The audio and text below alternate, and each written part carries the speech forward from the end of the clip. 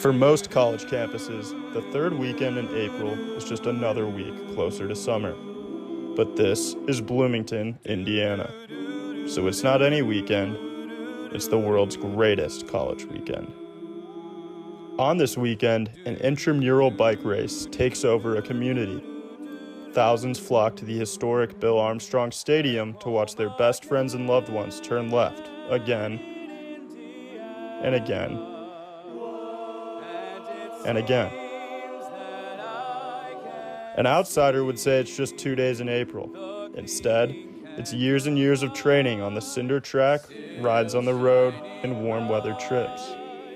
This year's races are filled with anticipation, and for good reason. For the first time in a decade, a full field of 33 men's and women's teams will race for the coveted Borg-Warner Trophy.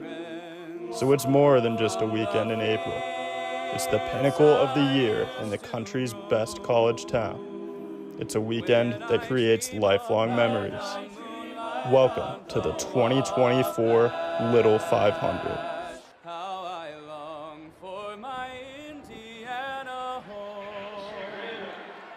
The third Saturday in April is upon us, which means one thing and one thing only in Bloomington, Indiana. It's the world's greatest college weekend, and this afternoon, it's capped off by the 73rd running of the men's Little 500. Hello and welcome inside historic Bill Armstrong Stadium, alongside former Jet Black rider Matt McGorry. I am Austin Platt. Matt, very excited to have you back. Welcome to the broadcast team. How you doing? I'm doing fantastic, Austin. The atmosphere here in Bloomington is electric. The stands are packed, the sun is shining, and these Hoosiers are ready to lay it all on the line for 200 grueling laps around this legendary quarter-mile track. I couldn't be more excited to see who gets to take home the Borg-Warner Trophy at the end of it. What was it like, just quickly, the nerves as a rider at this point, about half an hour before the race starts? Anxiety, excitement, anticipation. That's what we love to hear. We'll take a look back now at last year's race in 2023. A lot of expectation. The fans filled here in a Bill Armstrong Stadium. A little bit more of a cloudier day than it was today, but here's a look back at the highlights from last year. The main story, Matt, was obviously Sigma Phi Epsilon, a huge move early on in the race around lap 70. Something was really unheard of at the time. Every team had to play catch-up then. Absolutely. The Delts, the Cutters, and Chi Alpha were able to form a chase pack, catch Sig up around lap 150. From there, the race drastically slowed down. More teams were able to pile on until it came down to the last lap. It was an unbelievable finish. Obviously, some crashes in there. Changed some things up, but it was about a 100-lap lead for Sig Ep. They led for the most laps in the race, but in the end, that chase pack did a phenomenal job. It turned into an awesome sprint finish, Matt. And in the end, you see just bikes going down left and right, which changes the race up so much. But we got an awesome end. Here is lap number 199, and in the end, Torrin Cray Maywar and Cutters won for the record 15th time ever, and Cutters will look to make it back-to-back and win number 16 today. They are still one of the top teams out there. A little bit of a different look this year. Obviously, they lost 3 of their top 4 riders. Judah Thompson, a sophomore, one of the best riders, finished second in individual time trials. Here is their team. They're wearing the yellow as the reigning champs. One of the top teams to look out for. Well, there's some other teams, obviously, still there in the mix. Sigma Phi Epsilon is one of them. They're on the pole today. Sig Ep, we mentioned they made that big move last year. Couldn't quite get it done, but they have a solid group of returners this year. Obviously, Will Pitts, the main name, the captain, looking to win in his 4th and final race. 3 riders in the top 10 of ITT, certainly the team to watch today. They could win in a break, they could win in a sprint. Definitely the team that I feel is the most dangerous. For more on Sig Ep, we welcome in the 3rd and 4th members of our team, Riley Woodall and Zach Horowitz. Riley? Hey, thanks, guys. I'm here with Zach. Zach, you biked in this race for 4 years. What are the emotions on race day? Emotions are going absolutely bonkers. Today is the day where an entire season's worth of preparation comes to fruition, and it's all happening in front of our eyes. Yeah, and speaking of coming to fruition, Cutters trying to win back-to-back races. This is a team that lost a lot last year, but in this race, you can never count them out. You can never count them out in any race, but especially this year. They're backed by Judah Thompson, one of the most capable riders of winning a sprint. So if they can get to the last 5 to 10 laps of this race, they have a chance to win and bring home the prize. We'll move on to the team in the top pole position. That is Sig F. They had a great spring season. They were first in quals. They had 3 in the top 10 in ITTs. Will Pitts, Max Martin, and Alex Hamilton. Zach, this is a team that is one of the most complete in the entire field this year. Sig F is deep. They're scary. They are ready to attack. And I'll tell you what, with the leadership of Will Pitts and his experience in this race, they almost certainly have a chance to win. I wouldn't even call it a chance. I'd give them a really, really good chance to win this race. Absolutely, and this is a team we have more on in the top pole position.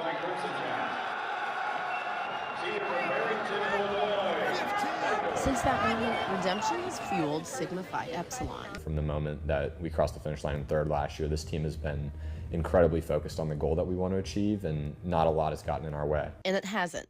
SIGEP won both the fall and spring series. This team, I think, kind of sets itself above the rest just from the amount of work that we've put in after kind of the disappointment of last year with kind of the chaos of that race and how we were so close to executing, especially these last 2 or 3 years, and we just kind of haven't come close in that final moment. But this year, the team has emphasized consistent preparation. You're mentally rehearsing, you're preparing in every way on and off the bike that you can.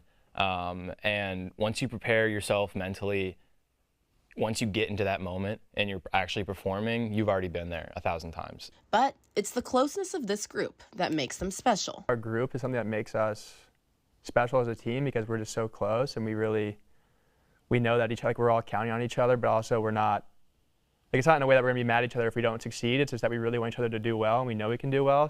And when it comes to race day, for us, it's remaining relaxed, but also finding time to enjoy the atmosphere and enjoy everything that goes along with the spectacle of racing in Little 5, because I think once you do it and once you've seen it, it's something that's truly special and you'll remember forever. So it's enjoying that moment, but focusing and making sure that we're able to execute the way we want to. no matter the results, Will Pitts can walk away knowing his team left it all out on the track. We've been so close the last couple of years, and having to deal with that disappointment and move on from failure and find your way forward is something that I've learned a lot about in my 4 years at IU and riding for SIGEP, and it's definitely a lesson that I'm going to take with me when I graduate Bloomington. When I spoke to SIGEP student coach Kyle Wooden about staying focused for race day, he said now it's just about trusting and having confidence in everything that has gotten him here today. We'll jump into some storylines, and for that, we'll welcome in the 5th member of our broadcast, Kara Adams. Kara, what do you got? Well, thanks, Riley. Obviously, you just learned more about Will Pitts and SIGEP, but one of the storylines I noticed was the similarities between Will Pitts and Audrey LaValle from Kappa Alpha Theta. Both are two senior riders who have been so good for their teams these past couple years, but have never actually won it. Obviously, that changed yesterday for Audrey and Theta, so I'm curious to see if it'll be a similar story for Will Pitts and SIGEP today. Another team I'm looking out for is Black Key Bulls, historically one of the fastest and strongest teams, but last year they faulted at qualification, so they actually could not race in the actual Little 500 race itself. But when I spoke to them last week, they said they want nothing else than to win, and they're here to prove to people that they are back and here to stay. And lastly, you can't forget about Sigma Alpha Epsilon, led by Luke Noss. He's one of the fastest riders in the men's field. He won ITTs, and I imagine we'll probably see him race a good chunk of those 200 laps today. So for more on Luke and SAE, take a look at what the Little 500 means to them. It's been 25 years since Sigma Alpha Epsilon secured its last Little 500 victory. Team captain Luke Noss, along with the SAE bike team, is hungry for victory, but for a special reason. For their alumni, and particularly their fathers. My little brother's on the team now, so I'm riding with him, and then another one of our teammates, his dad also rode with my dad back in SAE in '96. Over a decade later, the Noss and Rustin family hope to add another trophy to the SAE wall by using their motto from Rocky.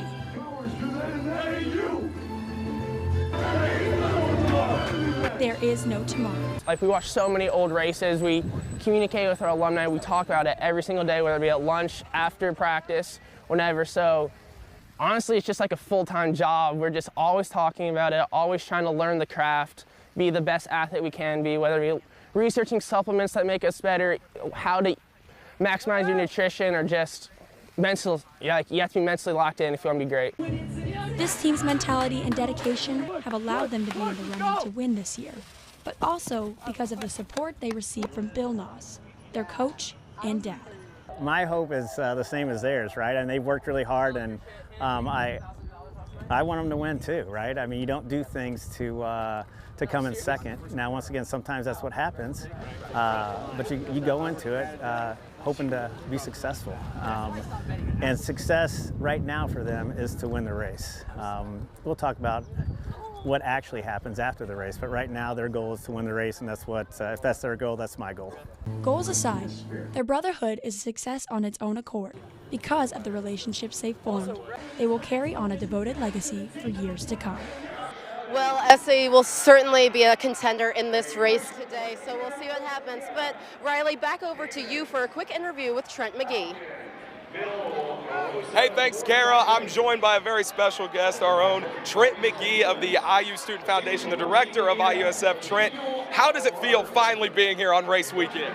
Steering committee, riders council, general members, and our riders work so hard, like all year round, for this type of day. And the fact that the weather and these fans are bringing so much energy makes this such a special experience for Indiana University. You mentioned the work. How would you describe the work of all the students that have worked tirelessly to put this race on this year? I think it's the cold days, right? They're sitting there in their coats and trying to wear gloves and caps, and they are out here counting laps and making sure that we get the riders prepared for this experience. And then they focus on this philanthropy that we raise money for the Office of the Chief Health Medical Officer, and they work really hard to make sure that happens. And so what you see is a manifestation, right? That's how I describe this. This is a manifestation of all that work and a celebration that everyone can have a good memory of and just be happy about. Why do you think it's important to have a student org like IUSF on Indiana's campus? Well, I always say this is very uniquely Hoosier, right? You don't see this in most places. Like, there's amazing student philanthropies all across the country on campus ourselves, but what we get to do is we get to hold this campus tradition and make sure that everyone plays a part in it. And so that's what we value and what we feel like we are caretakers of, is that tradition. And so I hope all the fans on the watching today, watching the recording here today, have this wonderful experience that they will always recall and build affinity for Indiana, which is what we want to do. Trent, really appreciate the time. Enjoy the race. There's so many individuals behind the scenes that make this race possible, but there's one in particular that is extra special. Here's more from Claire Tips, one of the winners on Theta yesterday, on a very, very special individual for this race.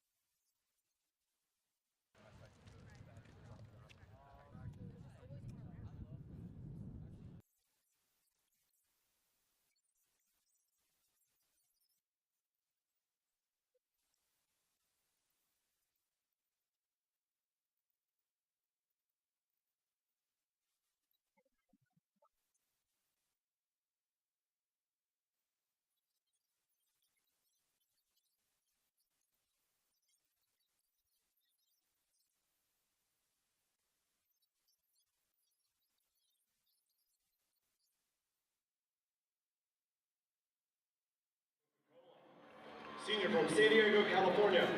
Really appreciative of Greg and all the amazing work he does, one of the many unsung heroes of the Little 500. We'll flip it to weather, and we'll go back to Kara on this one. Kara, the weather today going to be a little bit more of a factor than yesterday. Indiana, Danny Avila. Sophomore from Macau, Saudi Arabia. Okay, so they do their thing. They do their thing. They send it back up there. Outside That's what we talk about. Sponsored by the Indiana Shop. Junior Okay. Senior from Los Angeles. That's going to be after they do all this. Senior from Indianapolis.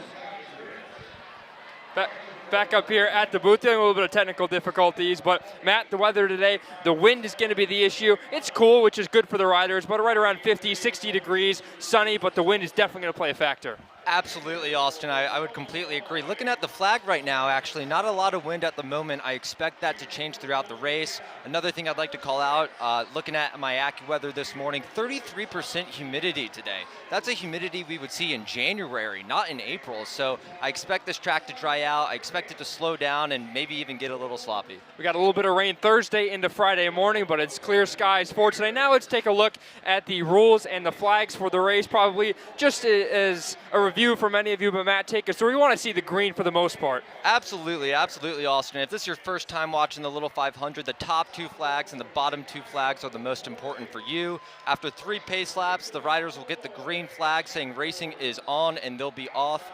If there's an incident on the track, you might see some yellow flags come out today. That just tells the riders to calm down, maintain and slow down their pace, maintain their speed to the rider in front of them, keep the track safe as the stewards work to clean the track.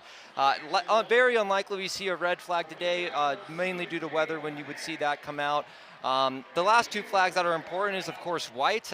There's been some incidents in the past where riders don't know it's the last lap. It's a nice reminder that, hey, you're about to sprint for the finish. And, of course, that checkered flag signals that we have a new Borg-Warner Trophy champion. In just a few hours, that checkered flag will come out quickly. Here are the rules of the race. 200 laps, just over 50 miles. There's no rain in the forecast, so if Mother Nature decides to bestow upon some rain after 101 laps, the race can become official. 4 riders for each team. You got to complete at least 5 rider exchanges in order to complete the race. And it might actually be 10 for the gentlemen today, and that's something that is truly unique about this race. There's no other cycling race in the world with that sort of exchange mechanism, especially a stadium cycling race like this one. Certainly going to be a good one today. Absolutely, hoping the wind doesn't play too much of a factor, but it does depend which turn we saw yesterday. Turns 1 and 4 along the home stretch was the issue, and obviously if the wind changes, then that can completely change everyone's strategy going into the turns. It plays so much of a factor. What are the nerves right now? Obviously,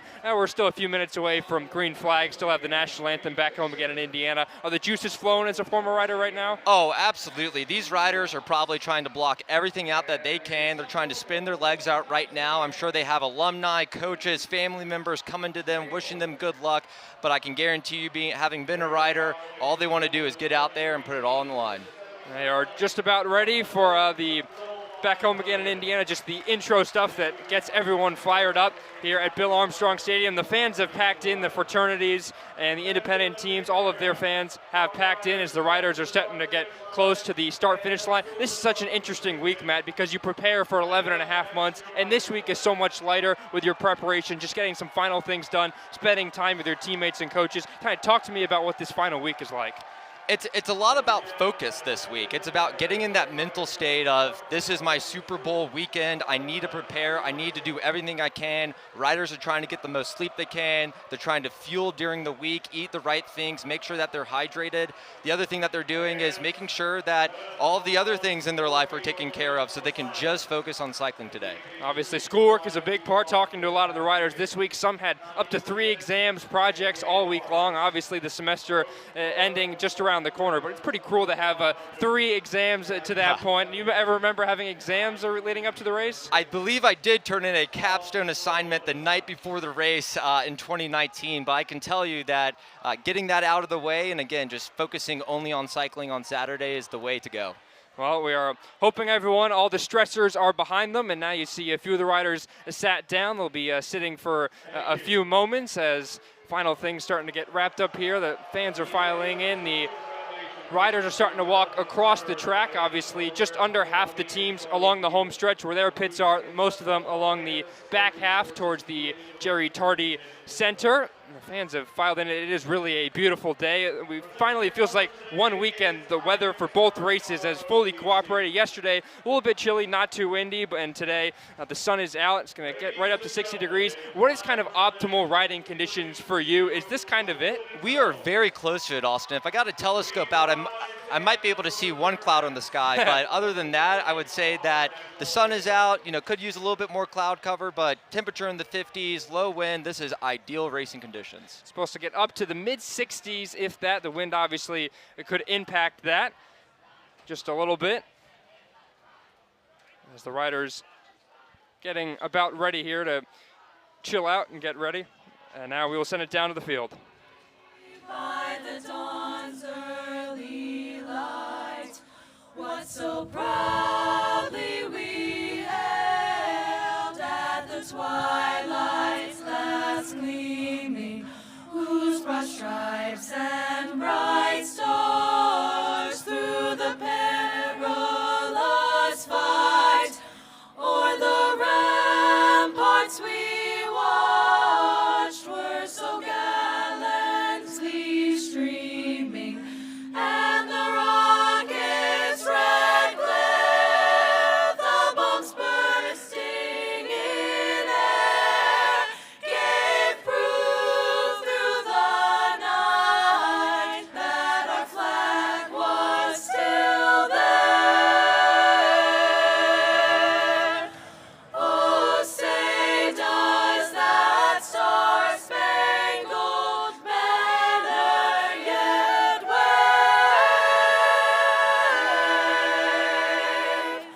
o'er the land of the free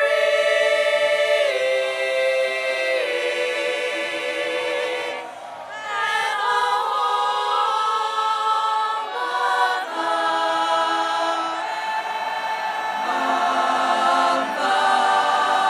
brave.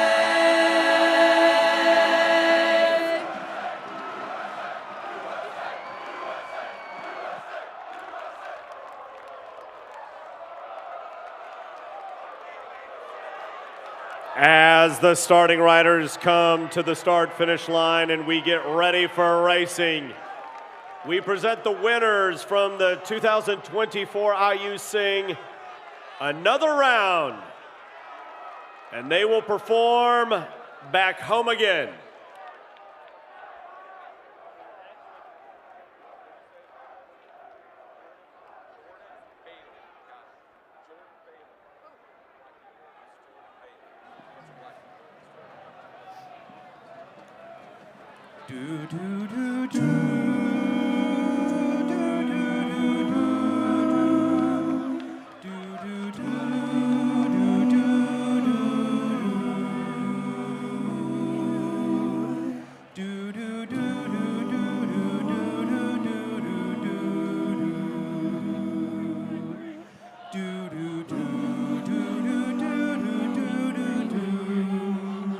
Back home again in Indiana, and it seems that I can see the gleaming candlelight still shining bright through the sycamores for me.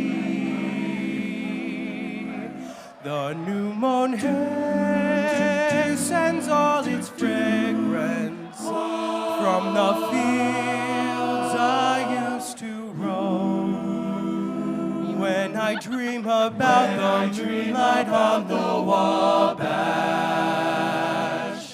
how I long for my Indiana home.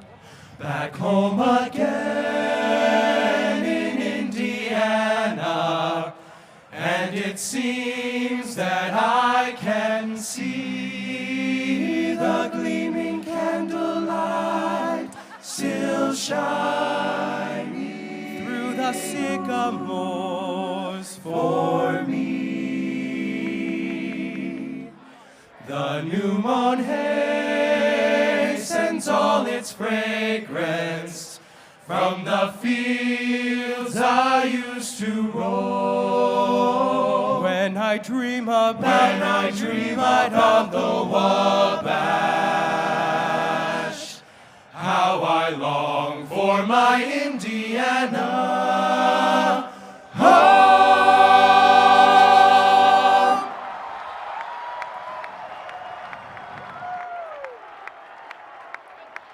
Well, if that doesn't get you fired up, the national anthem and Back Home Again in Indiana, I don't know what will. Back up here in the booth alongside Matt McGorry, former Jet Black rider. I am Austin Platt. Matt, one of the bigger storylines in this year's race regarding the bikes is the change in the tire going up from 32 millimeters to 35 millimeters. What's the change been like, talking to the riders and the coaches, and how will that impact the race? A lot of riders are more surprised about this change than I expected. I saw several on the infield going around kind of taking the widths, pinching those those tires. What that really is going to allow for is more tire to come into contact with the surface of the track. That's going to increase the grip. That's going to make it a little safer. It's also going to make it harder to get up to top speed. I expect that overall the bikes will be a bit slower this year.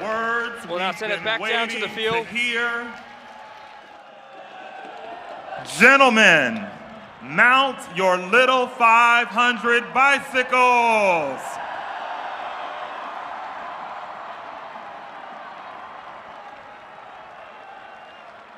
A reminder to riders and officials, we'll have 3 laps before the green.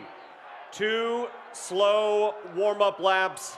We just heard it. Riders, mount your bicycles from Dr. Lamar Hilton, our starter today, and we are getting ready for the 3 pace laps here.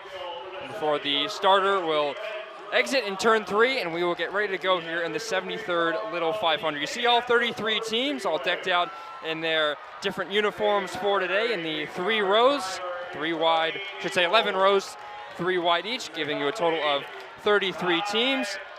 And the pit truck getting ready to just about begin things with 3 slow laps. And we are getting closer and closer to green flag here in the 73rd running of the men's Little 500. One of the best traditions here on the IU campus, and someone will etch their name into history today. Now we'll take a look at the starting grids and the 33 teams in this race. We don't have a graphic for it, so we'll just go one by one here. Row number 1, Matt, Sigma Phi Epsilon, Sigma Alpha Epsilon, and Black Key Bulls, obviously BKB being the main one of that, returning to the race. All 3 of these teams are contenders. Any of those 3 could win. Row number 2, Lambda Chi Alpha, and the reigning champion in Cutters. What do you like from row 2? Cutters, most historic team in the race, 15 victories. They can win at any time. Row number 3, Pi Kappa Alpha, Fiji, that is Phi Gamma Delta, and Macro Cycling. Row number 4, Sigma Nu, Alpha Sigma Phi, and Delta Tau Delta. Row number 4, Chinzano, Theta Chi, and Phi Delta Theta, who won the race 2 years ago. Then after that, Phi Kappa Psi, Grey Goat, and 3PH Cycling. Now to the back half, Human Wheels, Forest Cycling, and Delta Sigma Pi make up row number 6. Row 7, Phi Sigma Kappa, Novus Cycling, and Godspeed. Alpha Kappa Lambda, Mezcla, and CSF Cycling, 25th through 27th. Then rounding things out, Americana, Bears, Go Cycling, Sigma Chi, IUDM, and Army Cycling in row number 11. 1 pace lap done. That means there are 2 more to go. As the fight song plays here and everyone is on their feet. What do you look for, Matt, I guess in the first 5 laps or so, everyone gets through their first set. What's the goal, just to get a feel of the race? Do the small things right. Clean exchanges, no crashing, stay safe out there, don't overthink. You can not win the race in the first 20 laps, you can absolutely lose it. Let's send it back down to the field for one final report. Here is Riley and Zach. Thanks, Austin. Well, something really interesting for the top 5 are right here in turn 1. Zach and I were talking about it. How does that affect strategy? When I talked to them, they were really pumped up about it. It is very typical for the highest qualifying teams to place themselves in the pits at the end of the front stretch. It becomes extremely important as the race progresses. When marking individuals happens, it's going to be very exciting to see how those 5 teams right there at the end of the front stretch interact. Zach, who wins the 2024 Men's Little 500? They are the pole in this race. I got to go with SIGEP. They're dangerous, they're aggressive, they possess all the capabilities to win. My money's on SIGEP.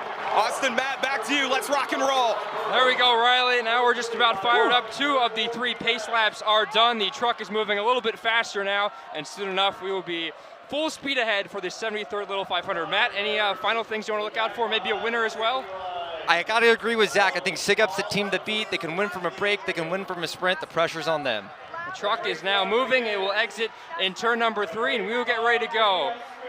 Turns around 3 and 4. Turn 4 is usually in past years where the crashes happened. Yesterday in the women's race, it was turn number 1. The truck is away, and the riders are getting closer and closer to full speed. The green flag is ready near the start-finish line with our starter. And here they come. Sit back, relax, and enjoy the 73rd running of the men's Little 500. SIGEP in the white jersey crosses the line first with Will Pitts, their captain, and off we go. So the first thing we're going to see here is lots of the top teams move to the front. It's very important to move to the front, stay safe of any crashes that could occur. Always a possibility in the beginning of any race. As important as qualifications are, everything changes within the first few laps or so. That kind of proves that qualification is not necessarily the best note as to figure out who really the best team is. Obviously, you get just 4 laps in quals, 1 rider each. You got to exchange successfully. Around turn number 4 they go here on lap 1. It will be Will Pitts and Sig Epp. Right behind him is SAE, and after 1 lap, it is Sig Epp that holds the lead. But now Luke Noss, the winner of the individual time trials, will quickly pass him around turn 1. And usually teams will have their most poised, composed rider on the lap, especially at the beginning here. It's really about getting this first exchange out of the way and kind of getting the race under speed and making sure you don't mess anything up in the beginning here. First lap right around 39 seconds as Noss will lead things around turn number 3. BKB right behind them, and then it is Sig Epp. So the top 3 teams on the pole look like they're going to be 1, 2, and 3 after lap number 2. Will Wagner, the junior, for BKB. Obviously, all first-year riders after the team did not qualify last year. And I'm sure if you ask them, they would say this is business as usual, another day in the office. It doesn't matter to them that they were not in the race last year. They're here to show what BKB is about this year. One of the biggest storylines, obviously, not being in the field last year, 2-time champions. They won back in 2017, such a big independent name in this race. And Wagner finished 8th in ITTs. Will come around turn number 4 with Will Pitts right behind him. Now 3 laps in. Pace picking up a little bit. That lap at right around 36.5 seconds. All teams are still together. 4 wide here. It's very, very wide for the race. I expect that to thin out as we take a couple more laps here and some of the top teams continue to crank on the front. I guess looking at this first set, how many laps would you want to say you want these top riders to be riding at first? It depends on who is your top rider and who is in. I would say generally speaking, we're looking at about 15 to 25 laps in this first set. If I was a coach, I would want to kind of let a few other teams take some exchanges first, understand how the tempo of the race is evolving before making a concerted decision. Pitts again will take the lead as Fiji going to make a move on the outside to close that gap a little bit, and then they again come 3 wide around turn 1. SAE, Sigma Phi Epsilon, Phi Delta, who won the race 2 years ago, Lambda Chi Alpha, and Delta, the top 5 right now. And this is a pretty typical race start here. No back markers off the back yet. Pretty competitive race overall so far. I expect this to change very quickly here. In fact, we're seeing SAE right now get on the front and kind of increase that tempo, start making sure that this is not going to be a cakewalk for all these riders here. Now Noss will give way, talking things over with Phi Delt. So now SAE, Phi Delt, Lambda Chi, and Sigma Phi Epsilon, the pole sitters in the top 5 at the moment. Yeah, you mentioned all 33 teams still in this main pack, and we mentioned it's one of the deepest fields this year. A lot of teams feel that they can win it. Absolutely, and I even see some pretty hard half-lap pulls occurring here. I saw Luke Noss slotted right back into third wheel after taking a big pull on the front, so he is not afraid about doing some work today. So important to make sure you catch onto the back of the wheel, and Noss signaling to his team that he's got a few more laps in him. He will now take the lead around turn number 1. And Austin, I think it's important for our viewers at home who maybe don't watch cycling a ton to understand some of the dynamics at play here. One of the most important things is drafting. Drafting, when you're sitting behind another cyclist, you're saving about 30 to 40% of your energy. Imagine if you're doing a lap at the Indy 500, the car race, and you're saving 30 to 40% of gas on a lap. That's going to add up over time, and for these riders, it's going to be very important to sit in, conserve that energy, and we're starting to see that play out here. Alpha Sigma Phi now. A-Sig takes the lead for the first time. He qualified 11th, finished 14th last year. And Austin, we're starting to see a little gap actually occur. I see Lambda Chi is not willing to pull through there. I see BKB, Delta Tau Delta, SAE, and I believe that's Alpha Sig off the front here. So already some gaps and some pace forming. We just saw our first exchange here on the front stretch with Pi Kappa Alpha. That's Pike. Remember, you got to make 10 exchanges. It looked like they may have had a flat tire, which is why. So with the new tire size, obviously you have to be careful. And again, A-Sig with the lead. Absolutely. New tire size, that's a different PSI you're going to run in those tires. So certainly these mechanics have to update their ways with the new bikes this year. Ethan Best now trying to make up that lost time as he tries to catch up to the rest of the pack. A-Sig, Delts, BKB, SAE, and Siget, the top 5 right now. After 8 laps, about to finish the 9th. So Austin, I mentioned drafting earlier. Another thing that we're going to see here is some of those top teams are actually going to spend more energy to stay closer to the front, try to avoid some of those wrecks that are prone to occurring in the middle of the pack. Novus making a move a bit on the outside, and they will take the lead around turn number 1.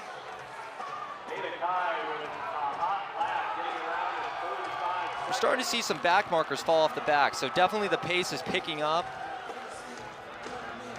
Now the laps have been between 36 and 39 seconds, and as we talked about earlier this week, Matt, the weather can really impact what the fastest and the average lap looks like, especially with these bigger tires. Oh, absolutely, and especially the weather impacting the track surface as well, and how those tires interact with the track surface. As it gets eaten up a little bit, it's going to slow down more, get a little more uncontrollable, and maybe even more exciting for the fans. Sigep, SAE, Chi Alpha, and BKB, the first 4 to cross the line, as we are now 10 laps into the Little 500. So really the key for SAE is Luke Noss, who's arguably the best sprinter in the field today, finished first in individual time trials. As a sprinter, how many laps are you expected to ride in the race? It really comes down to comfort and fit. Each coach is going to have a lap count for their sprinter. Some sprinters are going to want to get in and warm up and take a couple sets. Others are going to want to literally do 1 set and nothing else. So it really depends what Luke is feeling up for today. Will Wagner and BKB in front, Chinzano in second, Sigep, SAE, and Fidelt, top 5 at the moment.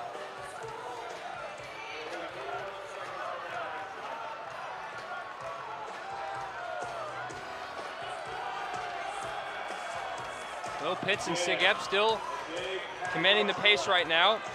Fiji will pass around turn number 3. And I see Fiji has a rider in their pit. They're coming in for an exchange. This is a burn here. And so for those at home, when riders come in for an exchange, they want to get off the front a little bit and leave a gap for their next rider on the bike to just slot back into that pack. And over the course of the race, we're going to see that become increasingly sloppy, increasingly hard, and unfortunately harder for that inbound rider to catch up. Jarno Hicks, the freshman, hops on the bike. All first-year riders for Phi Gamma Delta, obviously a big name in this race. They've won it 6 times, the last one coming in 1995. They had a top 10 finish last year. But with all first-year riders, it's a whole different group. Absolutely, Austin, but Fiji has an incredible alumni base. I'm sure they've coached up and gotten those riders ready to race today. So we will, again, are right back in the main pack is Will Wagner and Blackie Bulls cross the line after lap number 12. BKB, SAE, Fidel, and Delt's the top 4 at the moment. Kind of atypical here, Austin. I see Cutter's a little bit boxed in that middle of the pack. That's kind of a danger zone to be in as a cyclist. Not a lot of options if something happens in front of you. Obviously, it's so important in this race to be talking and to know how to work well in packs. And riding in the pack, one of the more important things you can learn as a team. And that's obviously something these guys practice all year round.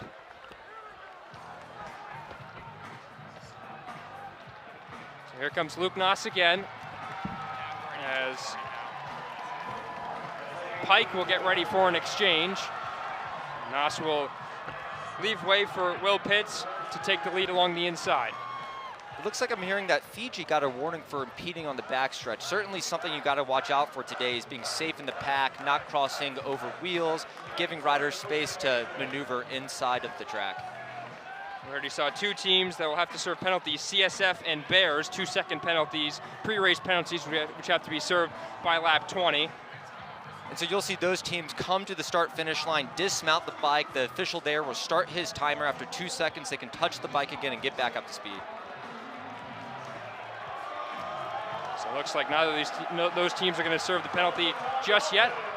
And now a new team in front. It is Delta Tau Delta, obviously formerly Jet Black, your team, Matt.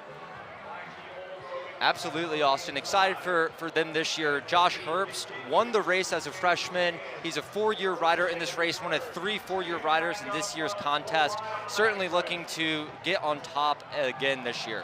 Finished second last year in that sprint finish. He just lost out to Cutters in what was a phenomenal finish.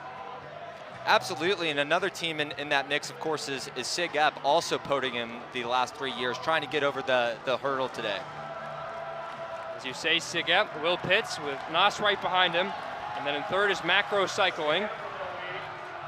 And what you're going to see, Austin, here, some of these top teams are going to start following each other, kind of queuing off each other. They're certainly keeping an eye on each other. Might open the door for a lesser-known team to kind of squeak through the cracks and be more competitive than usual. Is it all about here kind of who makes the first exchange, who makes the first move, and then everyone else reacts? Absolutely. A little bit of cat and mouse. Nobody wants to be the first one to do the work, to take that burn that's going to lead all the other ones out. So absolutely a little bit of tactics occurring here.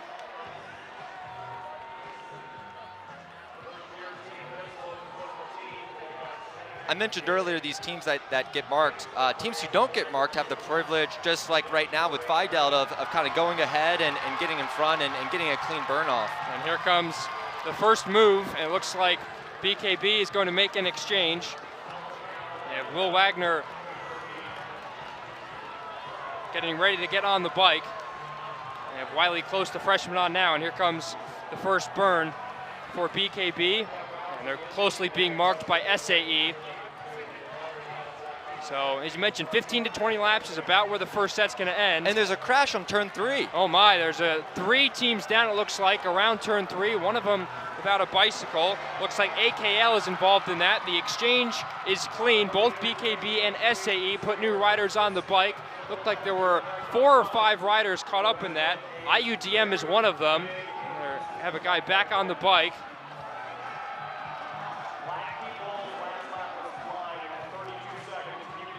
Here's a second look at it, Matt. Kind of along the back stretch. Oof. And if you look at the flag right now, the wind is perpendicular to turn 3. So as those bikes start that turn, they're going to act like a big wind cell and get picked up. So certainly one of the turns to watch today. It looked like Phi-Sig was a team that went down as Sig Ep makes their first exchange. We've seen SAE, BKB, Sig Ep all next to each other in pits 1, 2, and 3, just finishing their first exchange, starting to kind of get into the tempo of the race. Lambda Chi Alpha, we saw also make an exchange. Kyle Rosecrans, the senior, hops on the bike. Their pit is right near the closest one to the start-finish line. And we'll see a few more teams here on the home stretch make an exchange, including Phi Delta. Very tough, especially when you have 2 teams pitting, or I should say exchanging right next to each other. You have to work together. Fiji comes in for an exchange as well. Thomas Rising hops on the bike for Phi Delta. And Fiji with a clean exchange as well. So now some of the top teams making their first exchanges. And we're seeing the race really stretch out here. There's no solidified pack at the moment. Everybody is trying to find a wheel. Everybody's trying to get back together. All these riders, it's their first set. They're feeling fresh, so they're ready to get kind of collect up, but at the same time, certainly taking some extra energy here.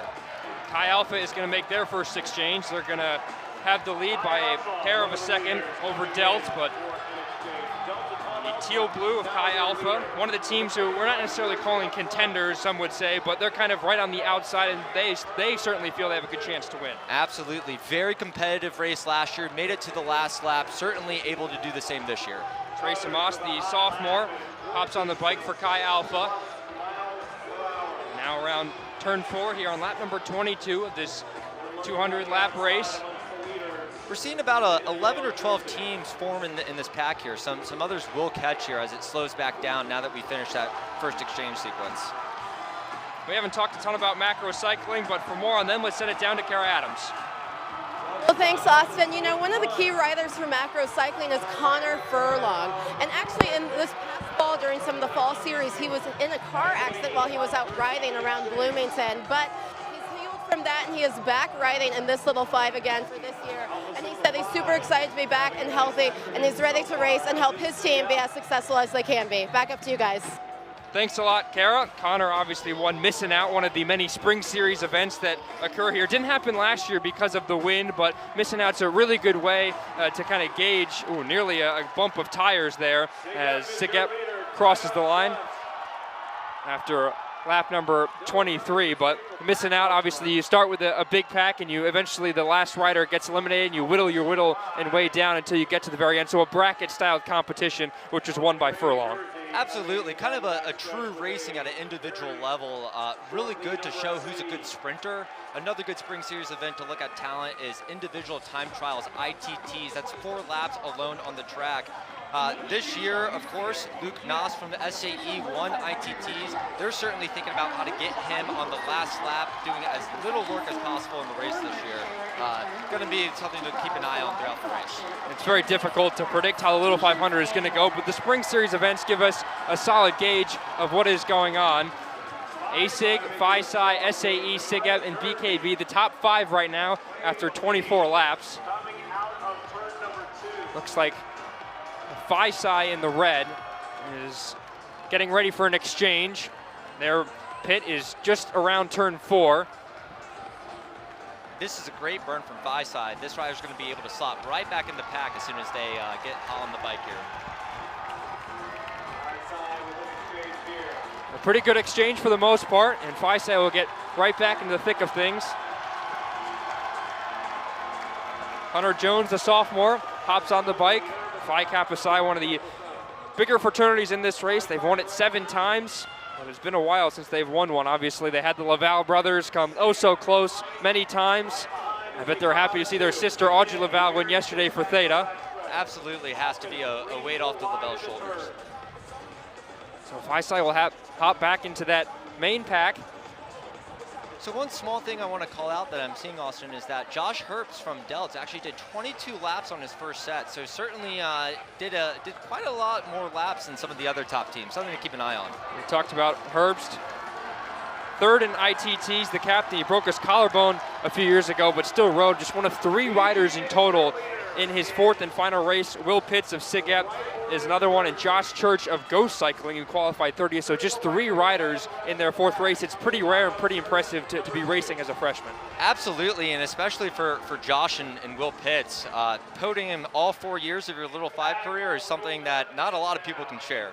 Especially considering the first race was that COVID race back in 2021 when both the men's and the women's races were on the same day. I probably shouldn't bring up COVID around you considering you lost your last race because of the pandemic.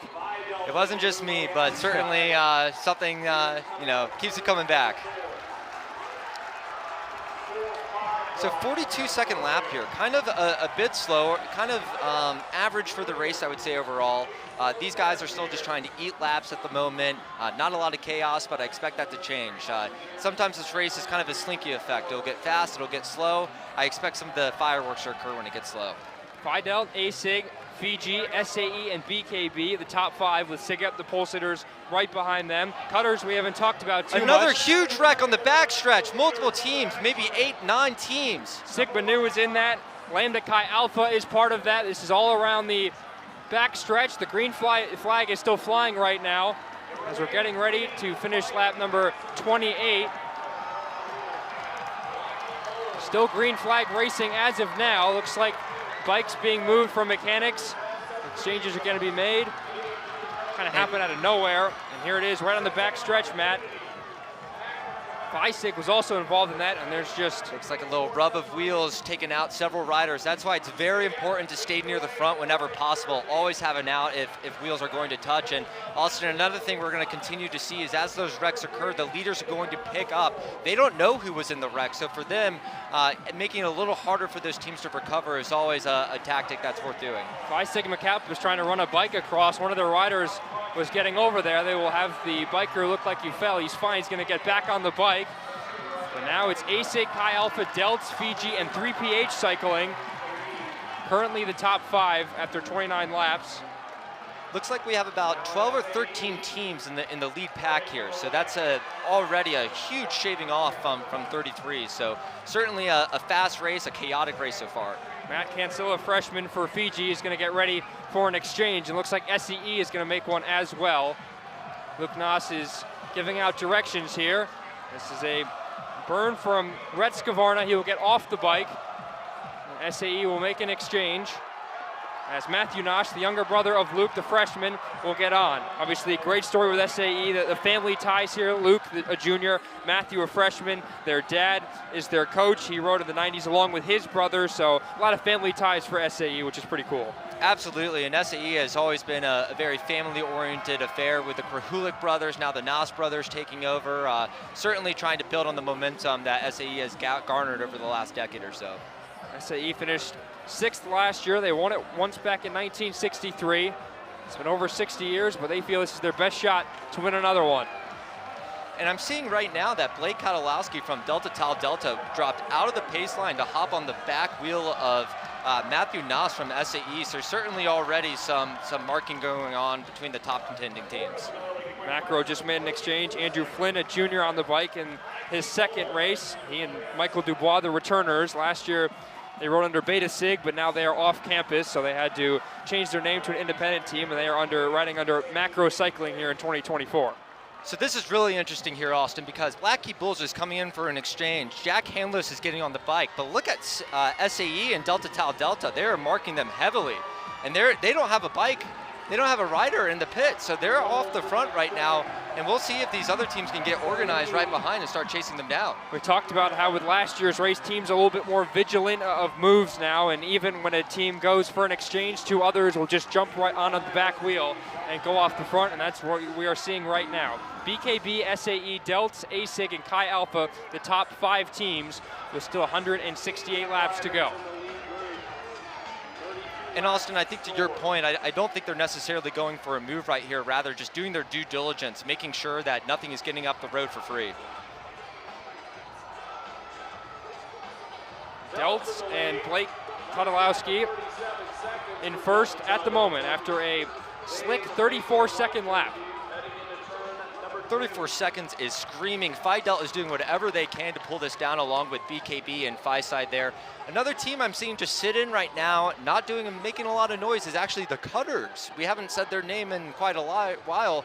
They are certainly letting the other teams do the racing and staying calm, cool, and collected, drafting as much as possible. We talked a lot about quals and spring series, but for more on that, we send it down to Riley Woodall. Hey, thanks, Austin. Well, let's do some ITTs and quals comparisons. We'll look at the last 5 years. In 2017, the quals winner was SAE, but they finished 5th in the race. The Little 5 winner was the Black Key Bulls. Now, in ITTs, SAE had 1 in the top 12. The Black Key Bulls had 5 in the top 12. We'll go to 2019. Cutters was the quals winner and the Little 5 winner. They had 4 in the top 25 in ITTs that year, and that was the most of any other team. Now in 2023, last year, Cutters won both as well. They had 5 in the top 25 in ITTs, the most of any other team.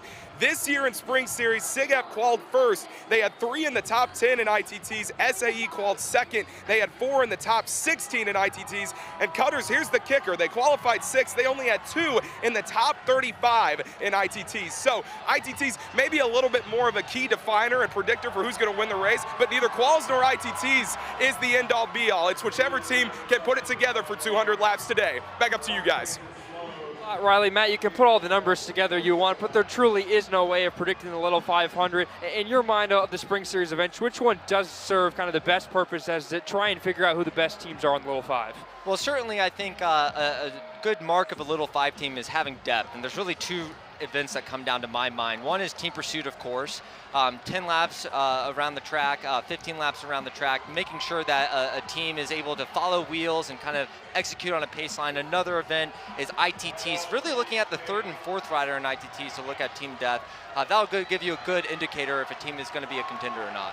SIGEP had 3 riders in the top 10 of ITTs, as we saw Fidel make an exchange. Drew Miller, a junior, back on the bike. Fidel returns all 4 of their riders from last year, and a few of their riders, actually Eli Kono, their captain from 2 years ago. So experience from Eli on a team that won it, very important, and they feel they have a solid chance to win it this year. They graduated 3, but they're still doing a graduated 3 from their winning year, but obviously it's all about replenishing in this race. There really is no rebuilding. It's just find new guys and get ready for the next year. 100%. When you've established that winning culture that Fidel has winning in 2022 and you have that great alumni and coaching base, it's very easy to replenish and reload. Fiji makes an exchange. Evan King, a sophomore on the bike. We mentioned Fiji, all first-year riders. So Fiji, Chinzano, 3PH, SAE, BKB, top 5 right now after 37 laps. And also that accordion effect is still going on. We've hit a couple laps of high pace. Now we're starting to enter a couple laps of low pace again, and this bunch is coming back together. BKB in front right now, followed by SAE, Fidel, Sigep, all in there. This is a solid top pack right now as the riders come around turn 4, getting some word from their coaching in the pits. Now we're starting to see the pack slow down a little bit around turn 1 after 38 laps. SAE still in front. We talked about ITTs. We mentioned Sigep, probably the best in ITTs as a team. For Team Pursuit, it was all about the Black Key Bulls. They had the top 2 teams in Team Pursuit who went against each other in the finals were both Black Key Bulls. 3 of the 4 riders racing today were on one team. I talked to them about kind of what it was like to race against each other in team pursuits, and I asked, well, was there extra competition? I think a few guys said we wanted to bury the other ones into the ground. I think a few more of them said, all right, let's take it easy a little bit. The weather was not great, they admitted, but still pretty cool and very rare for Black Key Bulls to finish top 2 in team pursuits. They had a very deep team this year. Some of these teams are more competitive intra-team than across team. So certainly Black Key Bulls being one of those very, very successful team pursuit results this year. After 39 laps, still SAE in front, followed by Chinzano, Phi Delta Theta, Delts, and Black Key Bulls. Coming around turn number 3, we've seen a few crashes so far. One on the back stretch, one here on the home stretch. 11. It'll be SAE look like to give way to Phi Delt on the inside. It looks like Alpha Sig actually dropped their chain and was able to get it back on, so good for them. Gotta be quick and gotta make sure that whatever issues there are, bike mechanics we mentioned earlier have such a huge impact in this race. And look, we actually see the Alpha Sigma rider running a bike over to turn 3 right now. That's something you're gonna see whenever a bike is malfunctioning and not able to perform. Mechanics can actually run a bike over and make sure that that rider can get back on with a working cycling machine. So ASIG is back on, and now we bring a special guest here onto the broadcast, Indiana head volleyball coach Steve Aird. Coach, thanks for taking the time. Happy Little 5 weekend. Gentlemen, how we doing? Fantastic. It is a great weekend for you as an outsider. Obviously, volleyball not in season right now. What does this weekend mean to you? You know, the crazy part for me right now is the first time I've been able to attend. So in the spring, we're away. We've got matches. I'm recruiting. I've been wanting to come for so many years, and let me tell you, just walking in, the energy in the building. I should have brought you guys a Snuggie. It's a little cold up here. It's a little chilly. Yeah, but unbelievable environment, man, and you know, just the athleticism of the guys on the bikes and the energy of the people in the crowd. Unbelievable event. It all makes sense now why people are so into the event. It's unbelievable. Is it meeting your expectations? Absolutely. Yeah, I think you know it's so much of the fabric of the school and the history of the school, and you know, when you don't get to come to it, it's a bummer. But let me tell you, I understand why people come back. I know why alumni are so into it. I mean, it's a party. You got music going. These guys are flying. The energy in the track is awesome, and it's something, I guess, if you're an IU student, alum, someone who's got a vested interest in the school, I totally get the race being a fabric of what we are. You're coming off a fantastic year, 21 wins, 11-9 in the Big Ten. How special is it for you to watch the program grow and grow over the last few years? Yeah, it's been great, and again, it comes back to, I think, what makes IU special. You know, I think one of the biggest things about taking the job and coming was you got a community of people who love the school.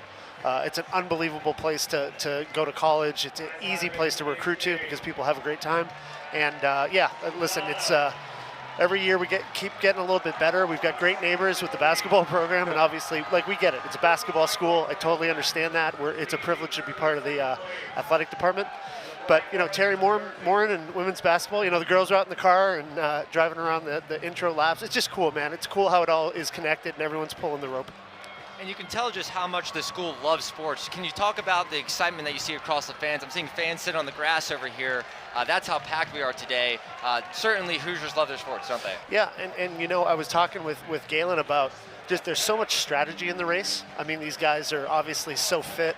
The women's race yesterday, just the type of athlete you have to be to be able to be in this type of event is spectacular. And the strategy and the the camaraderie and the teamsmanship. This is a really competitive thing. These are people who put in a lot of time, a lot of effort.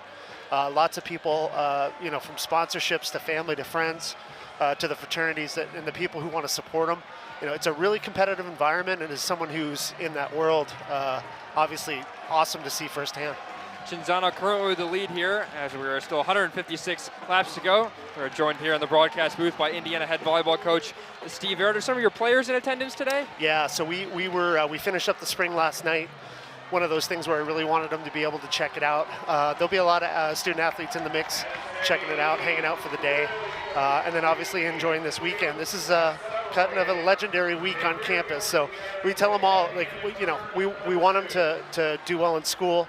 We obviously want to win and compete, but you want to be student athletes and college athletes too, and be a college student and be able to enjoy it, the camaraderie, and be out and have fun and do it responsibly. And my team does a great job in that space, and that's another reason why they love this place. You have a rooting interest today? Any team that you have connections to, or are you just here as a fan for the vibes? No, I'm a big Zach Osterman fan, so I know he's got a team in the mix. So I sent him a good luck going into it. For me, I'm learning a lot about the different teams that are entered, the tradition and the history of it. And, the one thing is, so far, it's been kind of clean. I mean, I haven't seen any really, really bad wrecks, and I think that's good. In any competition, you want everyone to do their best job, stay healthy, be in a position where they can, in this instance, do their best race and compete. So as long as they stay healthy and guys are going fast, I think that's what people want to see. How would you do on a bike today? Not as well as both of you. Not a lot of biking. I'm Canadian, so, most of the months are a little bit chilly. Not a lot of outdoor sports. And, that's another thing about today. It's I know it's a little chilly up here, but a beautiful day to do this. And my assumption is if you're on the bike, you don't want it super hot. You don't want it super cold. It almost threaded the needle today, where I think these guys are probably really appreciative of the conditions they have. And it's been really, really fun to be a part of so far. You're dead on, Steve. This temperature is ideal for performance. Curious what you think is going to happen with the 153 laps we have left. Anything you're looking out for throughout the rest of the race? One of the things I was talking to people earlier about is just the general strategy, and how I've seen some guys, they'll burn out on the lap before they do the exchanges. And I know they've got different riders who have different strengths, and in a team of 4, obviously with more guys, but you're looking at people. I'd be interested to see the closers, Yeah. It's at the end of it where you've got, 8 or 10 laps left, and you got guys who are really going to burn it out and go for it. And, lactic acid is a few minutes, victory's forever. So hopefully the end of the race will be awesome. Let's put you on the spot here. You have to pick 4 players from your team. You got to put a bike team together. Who are the 4 Indiana volleyball players that you would theoretically put in the Little 500? Well, pro tip, I just learned that if you do the exchanges, you want them to be all about the same height. Okay. So, we've got some girls who are 6'4"-ish, and we've got some girls who are 5'1"-ish. So I have to think about that. I think, competitively, my setter, Cameron Hayworth, is an All-American, a pretty special athlete, and she's just a kid who doesn't want to lose, so I'm throwing her on a bike. And then I got to find people about her size. So, you put me on the spot. I think, what I'm going to do is I'm going to throw them on a bike, or maybe we'll do, the little 500 tricycle race over at Wilkinson Hall, and I'll see how good they go, and I'll pick my team from there. Coach, thank you very much for your time. Enjoy the rest of the race for your first time, and I assume we'll be seeing you back here in future years. Absolutely. Thanks to Galen and Emma. And, the production you guys do, it's something that is also extraordinary about the school, the sports media department, the education that people are getting, but the level and the quality of the production that you guys put together is exemplary. And, as a fan of what you guys do, we appreciate everything you do for this and IU Athletics. We appreciate what you do for IU Volleyball. Good luck this upcoming year. Enjoy the rest of the race, Coach. Thanks, guys. All the best. Well, Steve brought the excitement to the booth. I can promise you that while he was up there, the riders felt the same excitement on the track. I'm seeing Sig Ep with almost a small straightaway lead to Fiji, but even a full straightaway lead to the rest of the pack. Looks like this race is certainly starting to string out, Austin. Yeah, right as we bring on, of course, a guest, then we start to see the gap expand a little bit from first to second and so on. So right now, SAE, Fiji, Lambda Chi Alpha, and Delts, the top 5 teams right now. 51 laps done, so we're about a quarter of the way through the race. We're seeing BKB make an exchange here. Jack Hanlos, the senior and the captain, will hop off the bike as he took a little bit of a spill there, but McGuire Wolf in his 5th year, but his first race, hops on. So Austin, what we're going to starting to see here is who from the contending teams wants to work together to catch SAE off the front. Fiji's been kind of dangling out here for some time, trying to catch back up to SAE so they can work together. But what we're going to eventually see, just like we see Cutters pulling through, we see SIGEP pulling through, they are going to work to catch SAE, who almost has a full straightaway lead here on lap 52. Looks like it's going to be even more as Fiji makes an exchange. Lucas Lemby, the sophomore, is on the bike right now for SAE. They had a 5-second lead as that last lap was completed, but after Fiji made an exchange, that gap is going to increase. It's basically a full straightaway lead right now for SAE, and it looks like they are going to make an exchange. They have Luke Noss, the top rider from ITTs, on the bike. So that means one of two things, Austin. Either this is going to come back together and Luke is going to kind of return to tempo here, especially given this strong chase pack that is formed, or they're about to drop the hammer. So there's the clean exchange for SAE. They had to work around Kai Alpha, who's also getting ready for an exchange. It's obviously something about this race. You obviously prepare exchanges going in, but you have to think about there are going to be other teams exchanging around you. You have to communicate, and you have to make sure you work your way and avoid crashes. Certainly, Austin. These coaches are communicating with each other. They're lining up, making sure that their exchanges are going to be safe, that there's a lane for their rider to come in and get that exchange off clean and safe. It is now an 11, nearly 12-second lead for SAE over BKB, Fiji, Cutters, Delts, Grey Goat, Lambda Chi Alpha, Macro Cycling, Phi-Sci, and SIG-EP. The top 10 right now after 54 laps. We see the chasing pack cross the line right now, which is led by Black E Bulls, but there is still plenty of work to do in order to catch SAE. Luke Noss is definitely moving, passing teams around now. Turn number 3 on the back stretch. You see Luke kind of trying to get a little draft here and there from teams that he is actually lapping, certainly trying to be as smart as he can, conserving energy here. So Noss, after a 36-second lap, he's moving quickly. There is still plenty of work to do in this next group to catch up to him. Looks like there's a crash on the backstretch. There's a crash on the backstretch. We can't quite see it. Looks like IUDM may be involved. Bikes being moved over. Yellow flag comes out. Well, the yellow flag is out, so now everyone's got to hold their positions and slow things down. Luke Noss, who is moving around turn 3 with some vengeance, he's going to have to put on the brakes a little bit here. So on the backstretch, we see a rider being helped off. Novus was involved. And again, under yellow, these riders have to maintain position or suffer a penalty, so certainly not trying to do anything creative here. He's on the backstretch. We've seen a few crashes there. Bikes being run across the infield. It was ASIG who looked like the ones that took the worst of that. Alpha Sigma Phi, who we saw have the lead for the first few laps of this race. Dropped the chain, ran the bike over. Brutal race for Alpha Sig so far. There's a new video board on the infield for those sitting at the Tardy Center, which kind of impeded our view of that crash. We're still riding under yellow. 56 laps. It looks like right now SAE has about a half-lap lead on the chase back here. And back to green. SAE and Luke Noss can go back up to full speed. So everything was cleared out in the back stretch, and we are back to green flag racing.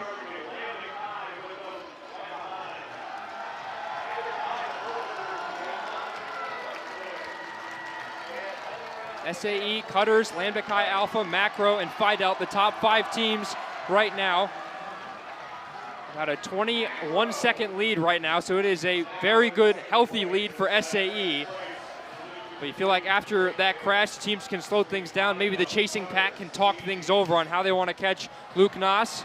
Well, I wouldn't say that they want to work together too much necessarily. Right. There is some cat and mouse on who really wants to do the work to pull this in, but what I can share, Austin, if Luke Noss is able to lap the field here, he can see these riders now, certainly setting up SAE for a historic performance in this race if he's able to pull this off.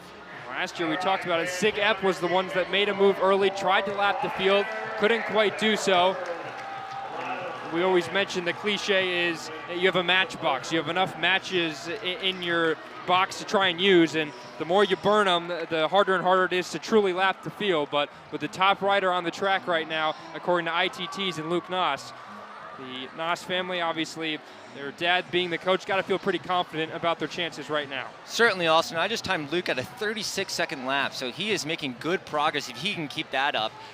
Look for the chase pack to pull similar times as a group that Luke is doing by himself. We have an injury update based on that last crash. For more on that, we send it down to Kara Adams. Well, thanks, Austin. That was Alpha Sigma Psi. That was junior Warren Fessenden, who went down on the back stretch. We saw him kind of hobble off, and now he's back in the medical tent. Looks to be pretty shaken up, but they got their bike and they're back on the track going. But we'll send you any more updates we get once we know more. Thanks, guys. Thank you very much, Kara. Alpha Sigma Phi A-Sig qualified 11th, finished 21st in team pursuits, finished 14th in last year's race, and have really dealt with a myriad of things that have not helped them out so far in this year's race. SAE still with a comfortable 22-second lead over SIGEP, BKB, Macro Cycling, and Cutters, and there is a little bit of a bump as Ghost Cycling, one of their riders, lost control of the bike right near the start-finish line. Very dangerous spot to lose the bike as riders trying to work their way around him, including Luke Noss, who got on the inside of him. And it looks like the track is really starting to dry out now, Austin. I'm starting to see lots of tire marks, a lot of little dings here in the track. Those are going to build over the next 100 laps or so.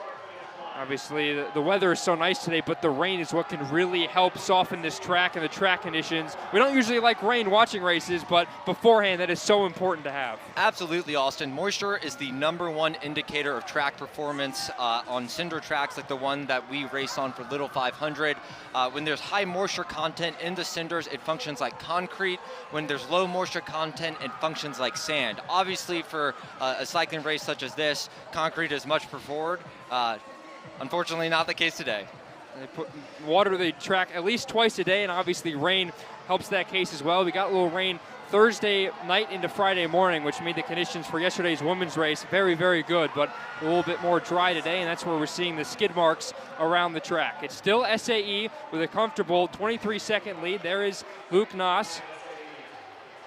I'll tell you what, though, Austin, it's a little interesting that Luke is sitting in here with these riders who I believe are lapped. That means, at least to me, that they are not all in on this move, or he's taking a little break before going all in more. A lot of these chasing teams are really starting to get serious. This race is stringing out pretty significantly. For more on race strategy, we'll send it down to the fourth member of our team, Zach Horowitz. We are currently 63 laps into this race, and SAE has made a big move off of the front. They're attempting to complete their lap of the field.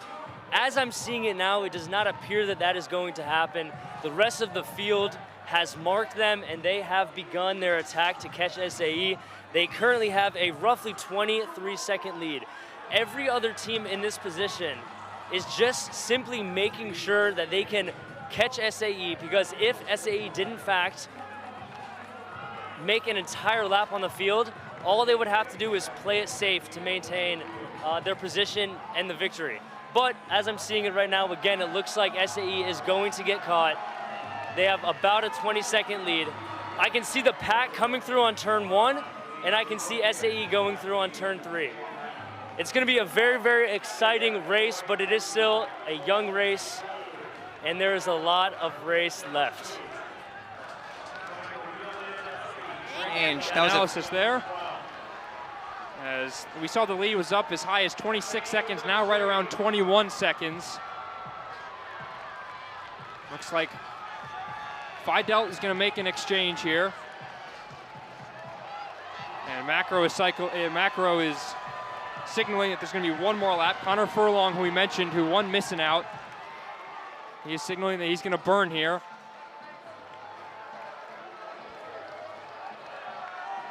And with this kind of move, Austin, even if they're not able to lap the field, it definitely makes the race more competitive, and maybe some of these teams in the chase pack can bridge up to SAE and kind of form a lead group. We have Red Scavarna, the sophomore on the bike right now for SAE, finished 15th in ITTs. SAE had all 4 riders finish in the top 16, so they're certainly one of the deeper fields out there. Obviously, Luke Noss being the main name in this race, as Macro does make an exchange. You see Will Pitts pulling the pack, trying to yank in SAE whatever possible. Notice nobody pulled through there in the chase pack, so certainly things are starting to get a little more contentious and cat and mousey as they believe that this SAE move is not legitimate.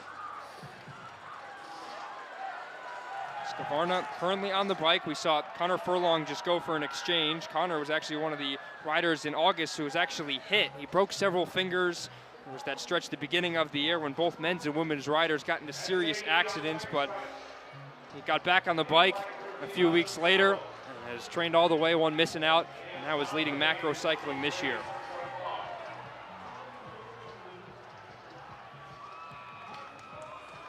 SAE with about a 21-second lead. They've had the lead for several laps now. After the first 20 or so were relatively smooth, a lot of the main pack was definitely big, and now it's really starting to stretch out. SAE, Cutters, Delts, Sigma Phi Epsilon, and BKB, the top 5 at the moment.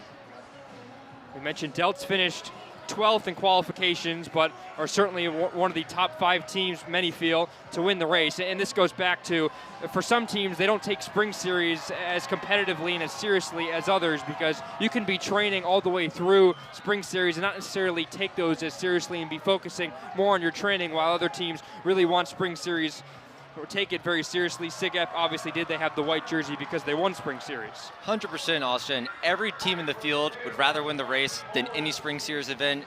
Just ask Luke Noss, ITT winner himself. He definitely feels the same per our conversations with him. Kara Adams gave us an update on Warren Fessenden, the junior, the ASIG rider. He is back out of the tent and now back in his pit, so that is a good sign. The last thing we want to see is riders accumulate in the medical tent around turns number 3 and 4. So one thing that we're starting to see is SAE is actually starting to pour some more gas on this fire here. They're actually in eyesight of the lead pack, who's starting to recognize that and string things back out, trying to catch them back and make sure that they're not able to pull off this lap the field move. Talked about last year, lap 70, where we are now, right about where SIGEP tried to make their move off the front.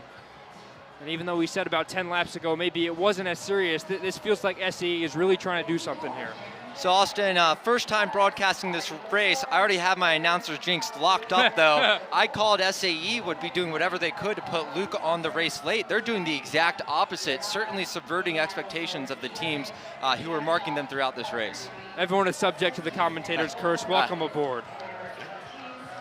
But I'll tell you what, Brett Scarna here just pulled a 42nd lap. He certainly slowed down. The previous one was around 37. So sometimes they might be pouring some accelerant. Sometimes they might be taking a break off. They're trying to assess what's going on in this chase pack here. Chase pack currently being led by Fidel. They won it 2 years ago. BKB closely behind them. Then it's Macro and Chi Alpha. As Ryan Lowe just signaled to his group that he's got a few more laps in him. In Austin, they're one of the most historic teams, one of the most legendary teams. We haven't said their name a whole lot, Cutters. Let's keep an eye on that, because teams who are able to kind of keep their head down, make other teams do a lot of work, typically have a lot of energy on lap 160, 70, 80, 90, and of course 200. Cutters currently sitting in 9th, kind of in the 4th or 5th row of this chase pack at the moment. It's currently SIGEP, who's going to make an exchange here along with Chi Alpha. And if you're having trouble assessing the pace of the riders at home, just take a look at how wide the pack gets. If that pack is wide, those riders are slow. They're looking for somebody to pull through. If they're strung out, they are heads down moving. Max Martin, a senior, got on the bike for SIGEP. They've been on the podium the last 3 years. A big story coming into this race. Could this team finally get over the hump? Definitely one of the deepest teams in this race, and many felt that they could be happy with a sprint finish and let Will Pitts win the race, or with kind of a breakaway. But we've seen SAE and not Sigma Phi Epsilon, the team that is going off the front right now, and they currently hold a comfortable over straightaway lead as BKB crossed the line second after a 39-second lap, still a 22-second lead for SAE. And SAE are doing short lap sets here. Their coaches are certainly not treating this like a whimsical move. They are absolutely trying to make this effort into a winning race move, whatever possible. Skavarna hops off the bike. Matthew Noss, the freshman, in his first race, finished 6th in ITTs, hops on the bike. So important. Exchanges, Matt, can really kill you in a race if you don't get it down to an exact tee, and it's so important to get that right. Absolutely. Need to exchange at the right time with the right rider. Want it to be clean, no wrecks, of course, but also you want to make sure that you're slotting back in quickly. If this is going to be a slow exchange, your rider might be off the chase pack. They might have to do a significant effort just to get back in the race, something you want to avoid at all costs, especially for the teams in the chase pack today. 75 laps down. SAE, Delts, Phi Delt, Macro Cycling, BKB, SIGEP, Cutters, Phi Sci, Chi Alpha, and Grey Goat. The top 10 right now. The final one, Grey Goat, finished 2nd in 2018. They returned 3 of their 4 riders from last year. Well, we're looking at the Indy 500 right now, which is the big race in April, but the Indianapolis 500 is the big event in May. Here's a word from the Indy 500. Race fans around the world. For me, May is special. 500 miles, 33 drivers, and 1 guaranteed place in history. This is the greatest spectacle in racing. May is yours. Joseph Newgarden wins the Indy 500. May is ours. Is it May yet? Back here inside historic Bill Armstrong Stadium, home to Indiana men's and women's soccer in the fall, but now home to the Little 500 as the crowd has done a fantastic job piling in. We saw 7,000 tickets were sold yesterday for the women's race, which was an increase of 3,000 from the year before, and we heard that there was about double as many for today. 14,000 tickets sold. It's a beautiful day for biking, and the fans have filed in, and I bet are certainly very happy with what they've seen so far. Absolutely, and for these riders, I can share that racing in front of 14,000 people, something I personally never foresaw, and definitely gives you that extra momentum, that extra energy, extra shot of adrenaline to go out there and give it your all. This is a race which the impact of it has only increased throughout the course of the year. Obviously, this is all put on by the IUSF, the IU Student Foundation. All of the money goes to a great cause. Nearly a bit of a crash there as Lambda Chi Alpha makes an exchange. Currently, Lambda Chi and Fiji are both a lap down, even though they qualified 4th and 8th respectively. Phi Delt in for an exchange as well. And this is exactly what we were talking about with this Phi Delt exchange, Austin. Look at this effort that especially I believe it is Thomas Reesing who just got on the bike is going to have to do to catch up with those leaders. Not ideal for this point in the race. Talking with Phi Delt, they said they didn't want a sprint, they kind of wanted a faster race, and it feels like this race has been faster, especially with the track conditions. Certainly, they are getting their wish. Still SAE, a team to chase right now, followed by BKB, Delts, SIGEP, and Phi Sci. I haven't talked too much about Phi Sci, but they returned 3 of their 4 riders from last year. We talked about some of the riders who dealt with injuries. Hunter Jones was hit in August. He had 3 cracked ribs, a hole in his lung, and 8 stitches in his elbow, plus a concussion, and he is back out there on the track. The grind that these guys go through, just the wear and tear on their legs, and then you get into an accident like that, and the fact that you'll recover and be here in April, it's remarkable what these guys do. 100%, and we talked earlier about the culture when we spoke about Phi Delt. Phi Sci has an incredible culture as well, where these guys are as motivated, as coached. This is another day for them. It is one day in April, but with the time that these folks spend on the track, certainly feel comfortable out there, giving it their all and cycling through the pace line like we see them doing right now. Phi Sci last year finished 5th. They've won the event 7 times, the last one coming in 1978. They qualified 16th, but they're right now in the middle of that chase pack, which is about a little less than half a lap down. And SAE going to make a move. Lucas Lemmy, the sophomore, will get on the bike as Matthew Noss hops off. So these are kind of shorter sets here for SAE at the moment. Indicative that they are going kind of all in here. These are not easy sets. You only do short sets when you're trying to get the most out of your rider and get them a quick rest. So certainly I think they are burning, to your point, Austin, lots of matches trying to keep this move active and alive. Will Wagner hops on the bike. Wiley Close, the freshman, hops off for Black Key Bulls. All first-year riders for that team. They had a big group to start. and then eventually whittled it down to 4.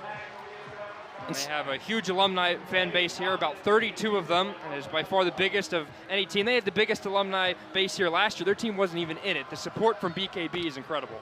Absolutely, one of the most historic teams in the race as of late. 2-time winning team, always in contention, especially with the program and leadership under Jordan Bailey this year. SAE still on top, followed by Delta Tau Delta, obviously formerly Jet Black, a team you were a part of, Matt. Obviously, very storied history at the end of the last decade. Absolutely, and looking to convert another opportunity to win the race with Josh Herbst this year. And we're starting to actually see some of these top teams slowly but surely pull in this SAE move. You know, once you go through each of your riders once in those short burn sets, you really can't reload as effectively, and so we're starting to see that come to bear here as the chasers begin to bear down on SAE. Fidelt second, Delt's third, Sigep fourth, and Cutter's fifth. First time they've really been in the top 5. You mentioned if Cutters can kind of just sit in that main pack, they have plenty of time to get back in this race. As they're riding behind Fidelt right now. And this gap is definitely decreasing. It was about half a lap when SAE went for an exchange, and now it's going to be a little bit less than that, basically a straightaway lead for Lucas Lemmy and SAE. And I can tell you that the other coaches on the chasing teams, they are not concerned about this SAE move anymore. They're already starting to forecast ahead, thinking through, well, after we catch, what are we going to do? Are we going to counter? Are we going to sit in? Who needs to be on the bike at that time? Teams are absolutely thinking ahead at this moment. Fidelt, they go around turn 2. There's the yellow of the Cutters, the winners from last year. Obviously, they get the opportunity to wear the yellow jersey, as you see in something like the Tour de France. The yellow obviously means a lot. Absolutely. This chase pack comes around turn number 4. They can see Lucas Lemmy and SAE just ahead of them. The lead now is down to 10 seconds. It was as high as about 26, 27, and now it's down to 10. Absolutely. Josh Herbst taking a big pull for the Delts top 3 ITTer, certainly capable of pulling this in very quickly. He has kind of moved out in front of the chasing pack. You now see 9 teams on the lead lap. See a little bit of dysfunction in the chase. I just saw Josh Herbst actually sit up and kind of motion at some other riders. Definitely not everybody is doing equal work. It looks like BKB is one team's kind of trying to sit in and make sure others are doing more work than them. Still SAE in front, followed by Phi Delt, Chi Alpha, Delts, Sigma Phi Epsilon, Cutters, BKB, Phi Psi, Macro Cycling, and Grego, the top 10 at the moment. Pike goes in for an exchange. It's a pretty clean one on the near side. But all eyes are still on the black jersey of Sigma Alpha Epsilon.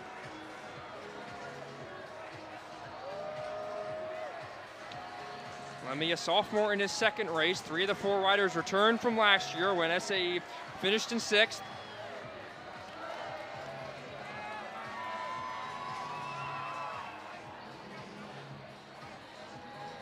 Now, Austin, if I'm looking at the flag over there, not a lot of wind at the moment. So thankfully, that's probably going to be a good indicator that we won't see a lot of wind-induced crashes.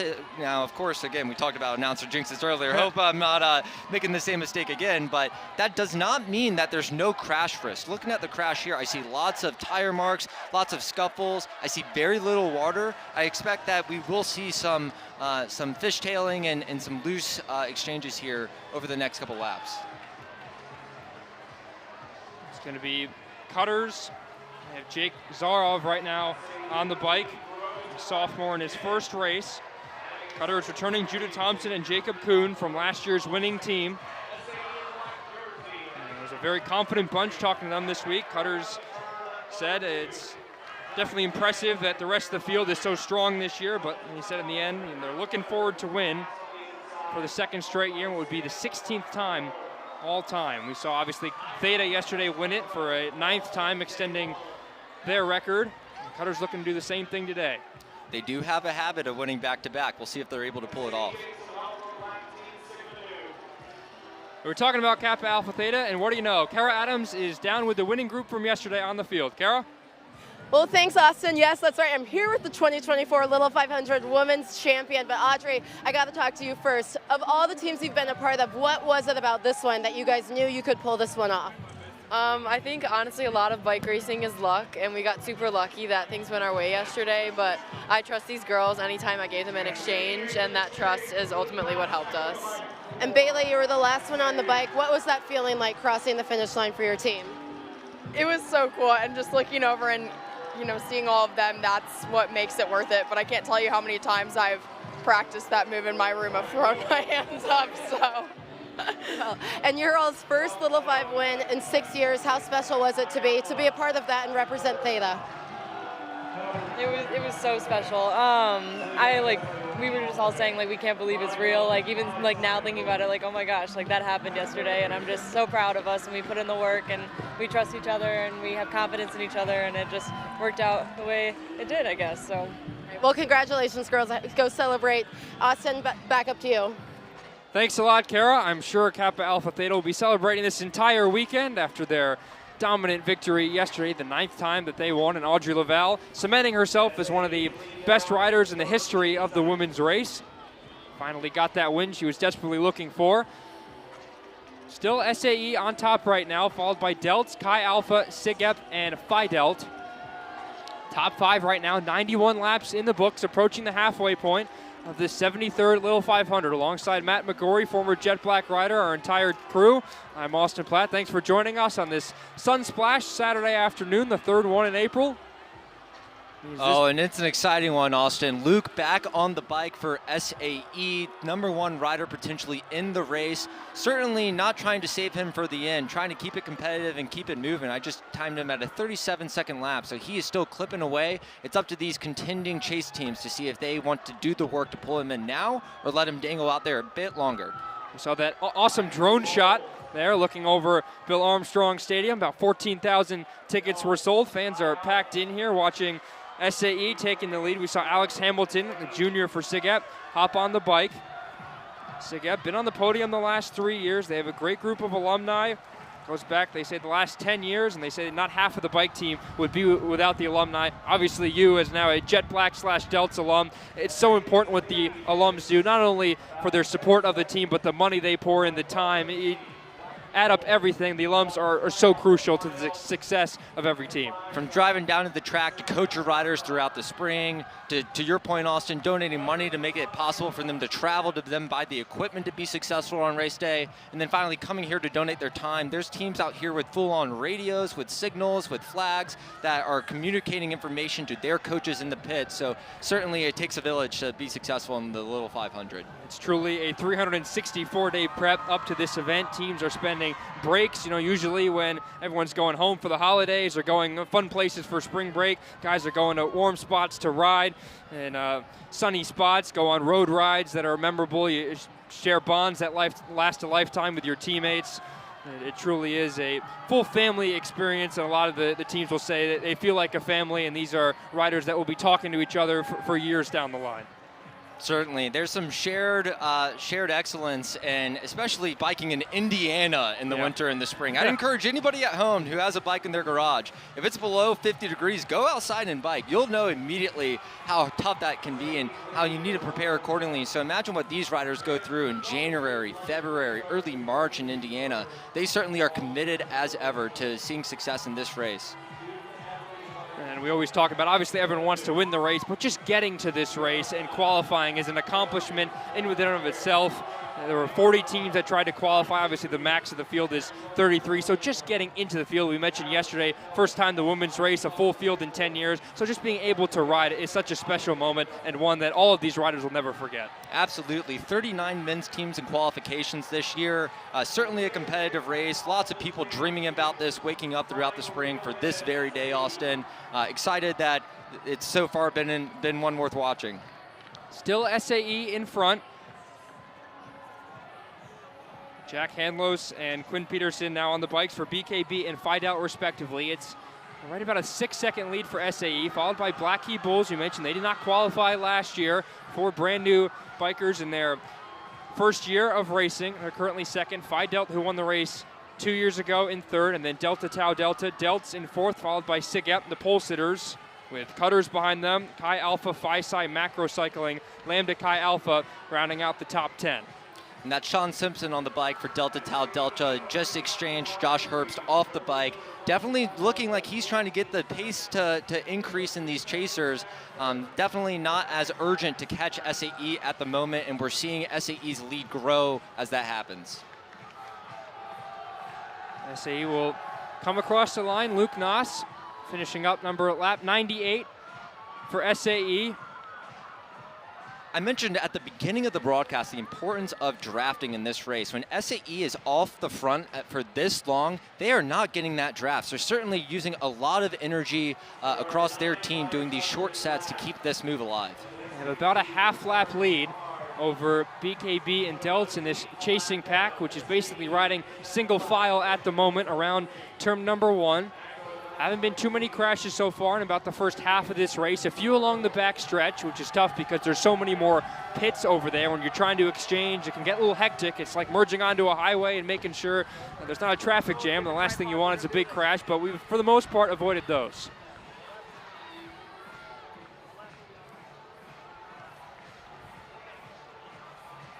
Currently, Phi Delt, BKB, and Delts riding second, third, and fourth here in this chase pack. And SAE, Luke Noss, drafting right now, about to complete lap number 100 and mark the halfway point of this race. You know, another team we haven't talked about much is Chi Alpha sitting in there with the chase group. That's Trey Samus on the bike for them in his first race as a sophomore. Certainly a team that's used to sitting in with these kind of situations. Always advantageous to be near the pits of the teams that you're actually working with, so you can cue your burns off each other. Chi Alpha did a great job working with Delta Tau Delta last year along those lines, and certainly looking to do the same this year. Halfway through as the official marks by holding up the checkered flag and the white flag next to each other. Still SAE in front at the moment. Macro Cycling goes in for an exchange. Connor Furlong, who won missing out, will tap Michael Dubois. Obviously, you get 2 bikes in this race. You can do a bike-to-bike exchange or a single bike exchange. Which one did you prefer when you were riding? So our team only does bike-to-bike exchanges, and there's really 2 schools of thought. Rider-to-rider exchanges might be a little bit faster, but like Steve mentioned earlier when he joined us on the booth, you kind of have to have riders of same physical dimensions, same height, same build. If you have a bike-to-bike exchange, you can swap out the handlebars, you can swap out the saddles, you can get a more custom fit. So you'll see a lot of teams prefer that slower method of exchange, so that way they can have a more optimal fit on the track. There's such a nuance to exchanging, and right as we say that, we'll see one here. Luke Noss gets off, Rhett Scavarna back on. So Noss is great exchange, really working his butt off, and he gets the support from SAE as he hops off the bike, puts his fist in the air, and firing up the crowd in the process. Phi Delt's kind of in no man's land here. They're looking around a lot. They find themselves off the front, probably coming back to this chase group who is still keeping tabs on SAE and certainly okay with letting them dangle. About 68 minutes here into the race. We've just reached the halfway point. Sigma Alpha Epsilon with the lead, followed by Phi Delta Theta, Sigma Phi Epsilon, and Chi Alpha, the top 4 at the moment.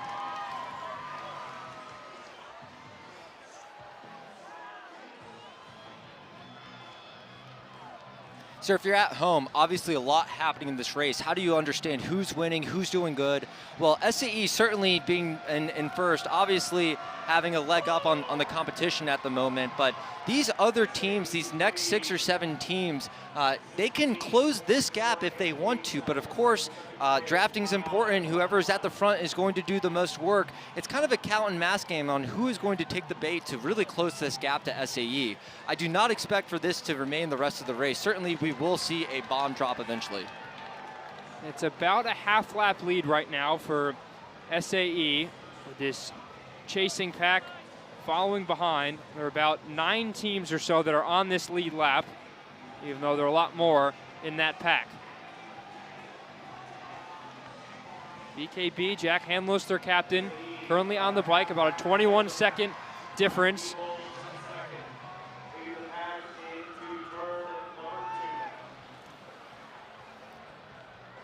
looks like the wind has kind of shifted down the backstretch now. So you're going to see a lot more teams try to find a wheel on the backstretch, find somebody to draft off of, and then maybe be a little more aggressive up here near the start-finish line where they'll have a little bit of a tailwind coming in.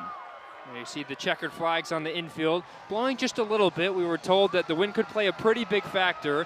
Looking at the American flag near turn number 3, not moving too much, but as you mentioned, it does impact kind of turn number 3, it looks like right now. And it's so important because trying to turn with these bikes, obviously newer bikes, the second year now state bikes instead of Schwinn, to where when you come around the turn, you have to be so careful with the way you move, and that back tire is where really problems can arise. Absolutely, Austin. Now, thankfully, I think the increased tire width provides a little more grip, a little more friction, and we might be seeing some of that play out here with the lack of wind-induced crashing, but certainly not always going to be the case. And as the track continues to deteriorate, we'll see more and more crashes occur. Well, on the track, speed is key, but if you choose to drink, finding a strategy to slow your pace can lower the risk of overconsumption. To learn more, go to go.iu.edu/no-Hoosier-alone. See Fidel do a good exchange, getting Drew Miller on the bike, junior in his second race. This chase pack is still maintaining a good speed, especially as teams exchange in a one-off fashion. Not a lot of opportunity for that chase pack to kind of become more dysfunctional and work less together. Duncan McDonald, the sophomore, hops on the bike for Macro. Qualified in 9th. First time they are riding under the name of Macro. Talking with some of the guys when Connor Furlong won missing out. It was one of the best days of the year, being able to support him.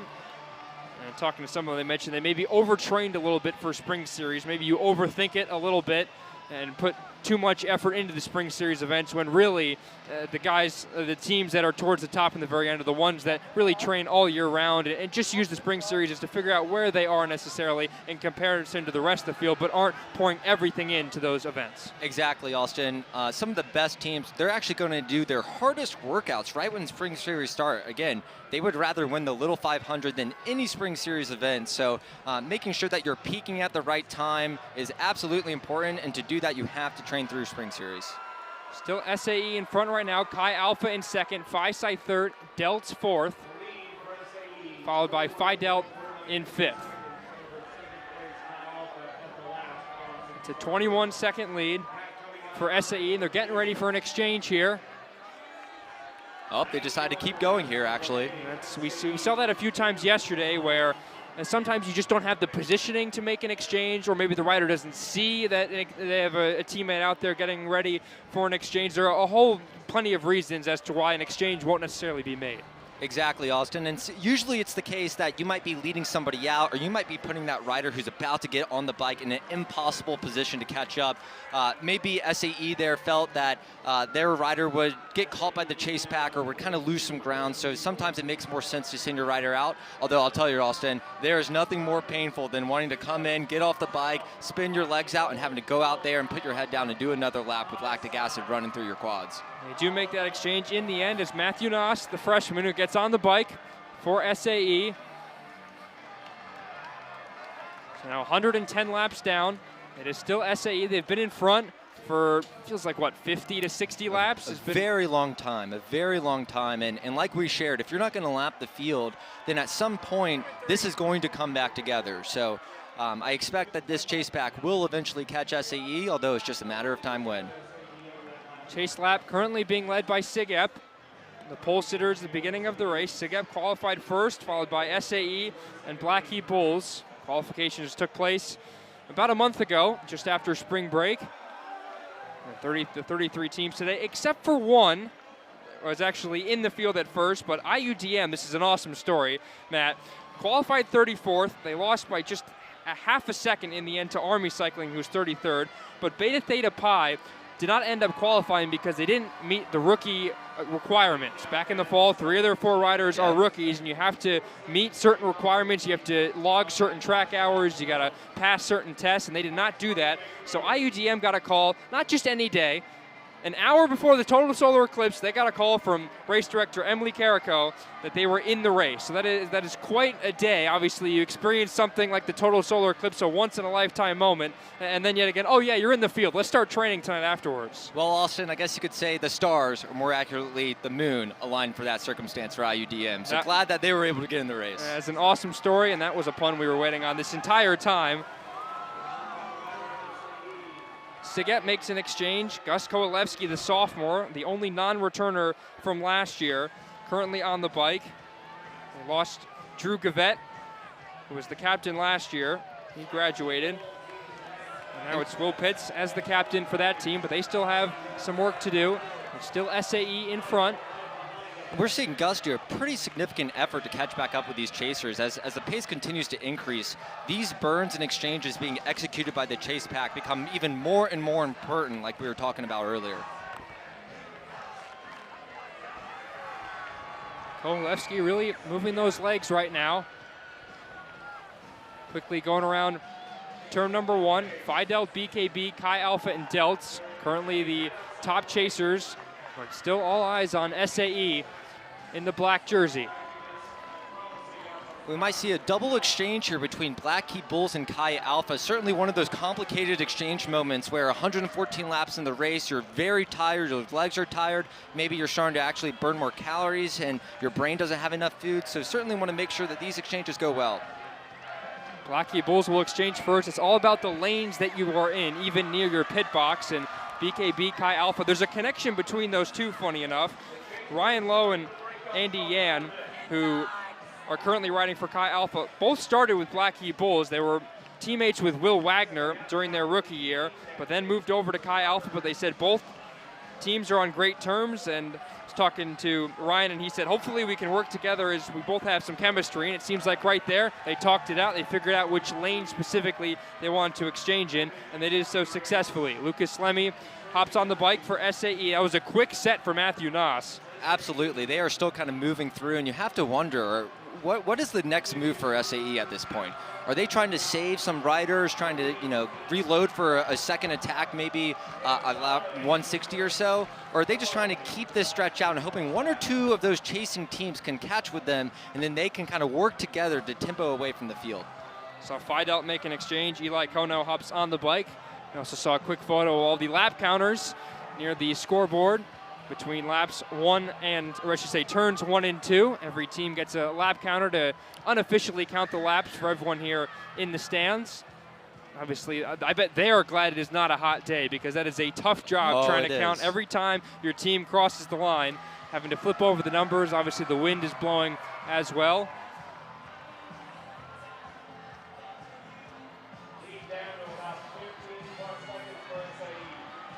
It's about a 15-second lead now for SAE over Chi Alpha, Sigette, Cutters, and Black Key Bulls. Lambda Chi Alpha, who qualified 4th, and Phi Gamma Delta Fiji qualified 8th. They're both about a lap down. They got plenty of work to do. This chase back is still doing pretty well working together. We see Phi Delt, BKB, that's Delt on the front right now, actually. That is Blake Kowalewski kind of taking a massive pull here. To round out that chase group, we see Sig Ep, Cutters, and of course Chi Alpha. Those 6 teams, or SAE, the winner is likely going to come out of one of those 7 teams total. An exchange being made for both Lambda Chi Alpha and Fiji. Both pretty successful, as Matt Cancel, the freshman, hops on for Fiji. Jackson Clem, the junior, hops on for Lambda Chi Alpha. They both meet each other around turn number 1. So other than like facial expressions, how do you know if a rider is struggling out there? One thing to look at is how smooth their pedal stroke is. There's this saying, dancing on the pedals in cycling. If you're feeling confident, you're feeling smooth, you're dancing on the pedals, you're light, you're moving. If you're tired, you might be actually pedaling like a square. You might be jerking around a lot more, much less smooth. And so I expect that some of these riders, we're on lap 118 now, as we get into the later stages of the race, we'll see more and more jerkiness. That's really well said, Matt. Obviously, the kind of universal sign is when you tap your helmet saying you have kind of 1 lap left, you want to kind of use it all here, and a teammate gets ready for an exchange. But hard to see facial expressions from up here. But it is still SAE out in front. They have a little less than a half lap lead. And notice how Cutters did not pull through there. They completely hopped right back on SIGEP's wheel. They are not trying to do any work, probably trying to save as much energy as possible for Judah. Judah Thompson, we talked about him at the top of the show in his second race, finished second in ITTs this year. And he played a huge part in chasing down SIGEP last year. So certainly they have to be thinking that they might be able to try an explosive strategy to kind of drop the chasers and chase after SAE here. Just thinking out loud. Well, we got our Riley Woodall down near the track, near both the SAE and SIGEP cheering sections. Riley, what you got for us? Well, guys, there are 93,000 fans here in the for under 8,000 people. I'm in between two of the most fan bases here today. Together at SAE, they are going crazy. So I'm going to have fun with them and toss it back up to you. Thank you, Riley. Hope you get out of there safely. Plenty of noise coming from both those sections, SAE and SIGEP. SAE still in front right now of SIGEP and the rest of the chasing pack. It's about a 20-second lead for SAE. Now, Austin, one thing that I'll say is kind of atypical. We are seeing back markers and lap teams really sit in on these packs and even provide some pulls to SAE and even the chase pack. I saw Alpha Sig there taking a massive pull. So something that's kind of atypical, not necessarily super ethical or allowed, but it's going to naturally happen in a chaotic race of this nature. Currently, the riders surrounding SAE, Macro has a rider there, Sigma Nu has a rider there. And it looks like there's a third team kind of huddling right around SAE as they are running single file as they move along the back stretch, but still plenty of work to do. Chi Alpha, BKB, Cutters, and Fidel leading the chase pack right now. 122 laps down here in the 73rd running of the men's Little 500. Alongside Matt McGorry, former Jet Black rider, I'm Austin Platt. Thanks for joining us. A fantastic crew putting on this event. Obviously, a big thanks to IUSF. They do all the hard work all year long to make sure this great race gets put on every third weekend in April. Now, Austin, typically in the first 100 laps, a lot of the crashes we're going to see are because of big packs, because of sloppy exchanges and wind. In the second 100 of the race, we're going to see a lot more just mental mistakes, errors, wheels overlapping with each other in the field. So I expect that we're going to start seeing more of that as the race enters the later stages. About a 20-second lead still for SAE. Lucas Lemmy is on the bike right now, getting word from his coach, who's holding up a whiteboard. Were there any messages when you were riding that were held up? Was it whiteboard or was it just verbal commands? Oh, we had flashcards, Austin. Oh, wow. So quite a ridiculous amount. Courtney Bishop was a big fan of getting creative, shall I say, with the whiteboard messages, and definitely ones that are atypical, but sometimes it's quick just to instantly react and not have to read a whiteboard necessarily, but it's super important to be able to communicate to your rider out there on the track. Of course, a lot of these riders, they've raced not only on the track throughout the spring, but also the road sometimes as well. So they're out there making their own decisions, but sometimes a coach understands other factors happening at the race, and it's important that they're able to share with the riders what the coach believes they should be doing in that moment. SAE is getting ready for an exchange. It is Luke Noss getting ready. It looked like Lemmy had to slow down a little bit to actually hear the command. So we'll see if that leads to any lost time, but we did kind of see him hit back a little bit on those coaster brakes, which definitely lost him a second or two. It's still a 22-second lead for SAE. And you definitely don't want to be hitting the coaster brake going to any turn. We talked earlier about that wind perpendicular factor that can sometimes cause some wrecks. So definitely want to make sure that you're entering turns safe. This said, though, I'm pretty sure this is Luke Noss's third or fourth set here. So they are all in. They are not saving him for the sprint. Certainly leaning on him to do the majority of the work here, keeping this race competitive. So it's Noss back on the bike. He is currently drafting behind a Sigma Nu rider. Sigma Nu in the highlighter neon green. Finished 10th in qualifications. They returned 3 riders from last year. Their coach, Bill Brisman, won with Delta Chi back in the late 70s. And one of their riders, Jeff Rayleigh, was in the final heat of missing out. So he is currently riding behind Luke Noss at the moment. 127 laps now scored. Still a comfortable lead for Sigma Alpha Epsilon. They've won this race only once back in 1963. Huge family connection. The father for both Luke and Matthew is the coach. He rode with his brother back in the 90s. Both Matthew and Luke played high school basketball together, and they are now reunited on the same team. It's a little bit different, the court from the track, but they still have the same goal of winning. As Jack Hanlos gets on the bike, the senior captain for BKB. He got off, and Wiley Close hops on. And we're seeing Luke Noss actually take some smart pulls here, working with some of these lap teams who are still kind of competitive and maybe just lost that wheel in the beginning stages of the race. So he's staying savvy, trying to take pulls and make sure that he is drafting when possible. See an exchange by Fidel. It's a pretty good one as Thomas Reising, the junior, hops on the bike. Talking with Fidel this week. I say film is a big part. They watch film all year whenever they can in the bike room with their alums. And like many, this team kind of racing with an open mind this year. And usually you get one team that has a specific strategy. One of the most important things, Matt, we haven't mentioned this yet, you can have about 100 different strategies going into the race, and not a single one of them will actually be the one that is used. You have to be so flexible and react to whatever happens in this race because it can change in the snap of a finger. You know, I'm not sure if Mike Tyson ever visited Indiana University or Bill Armstrong Stadium, but he had a fantastic quote. Everybody has a plan until you get punched in the face, and this little 500 race is exactly the embodiment of that quote. Chi Alpha makes an exchange. Trey Samas hops on the bike. One of a few guys who didn't actually participate in individual time trials. We're seeing Delta Tau Delta come in for an exchange as well here on the backstretch. Delts and Cutters to the formerly more historic independent teams. Obviously Delta Tau Delta now back on campus and returning with their letters. They are working together. They have a new rider on the bike. Couple of fun. Fidel currently second. Couple of fun facts with Cutters and Delts being next to each other. Kind of an atypical pit for Cutters to take, qualifying 6th this year. Last time they took this pit, I believe, was in 2012, but Delta Tau Delta won the race, being right next to them in turn 3. But Cutters, of course, has also won from turn 3 in 2008 with a late breakaway. So definitely have some experience back there, and certainly able to work together if the opportunity arises. After 131 laps, it's SAE, Fidel, and Black Key Bulls in the top 3. And for more on Black Key Bulls, here's a special story I put together on them. Thank you to our championship partners, Pizza Hut.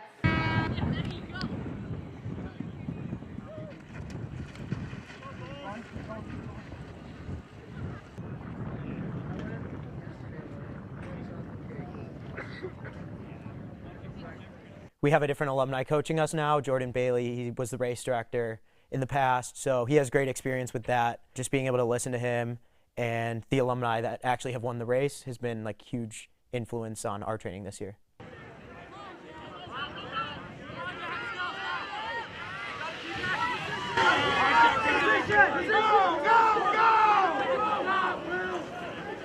Last year we had the biggest alumni turnout for a race and we weren't even in it.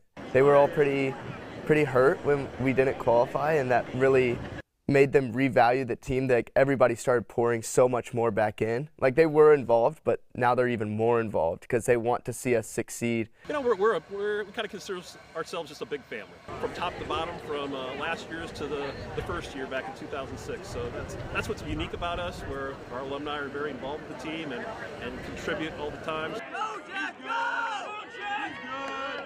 Come on, man!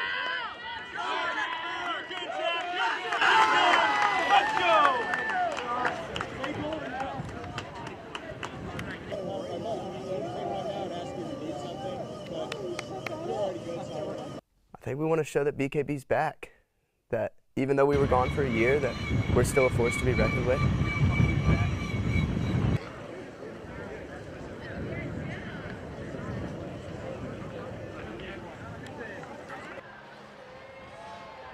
Well, thank you for listening to me once again. Put together a story on Black Key Bulls. I can tell you had a blast putting that together, getting to know all of the riders, and I got the chance to talk to Stephen Gomez, an alum on the 2014 team. He won it 10 years ago, and he said, you know, he was at the Little 500 last year and said he was surprised at how stressless it was that his team wasn't in it. Obviously not for the right reason, but they were very happy to be back last year, and he gave a lot of credit to the riders this year. He said it could have been very easy for them to slack off and kind of just half-ass it after not qualifying last year, but they didn't do that, and as you mentioned, it's just been business as usual this year, and he thinks this team has already won in the hearts and the minds of the alums, and winning today would just be the cherry on top. Absolutely. 4 riders in the top 25 of ITTs, first in team pursuit, technically first and second with their A and B teams, both going to the finals, and third in qualifications.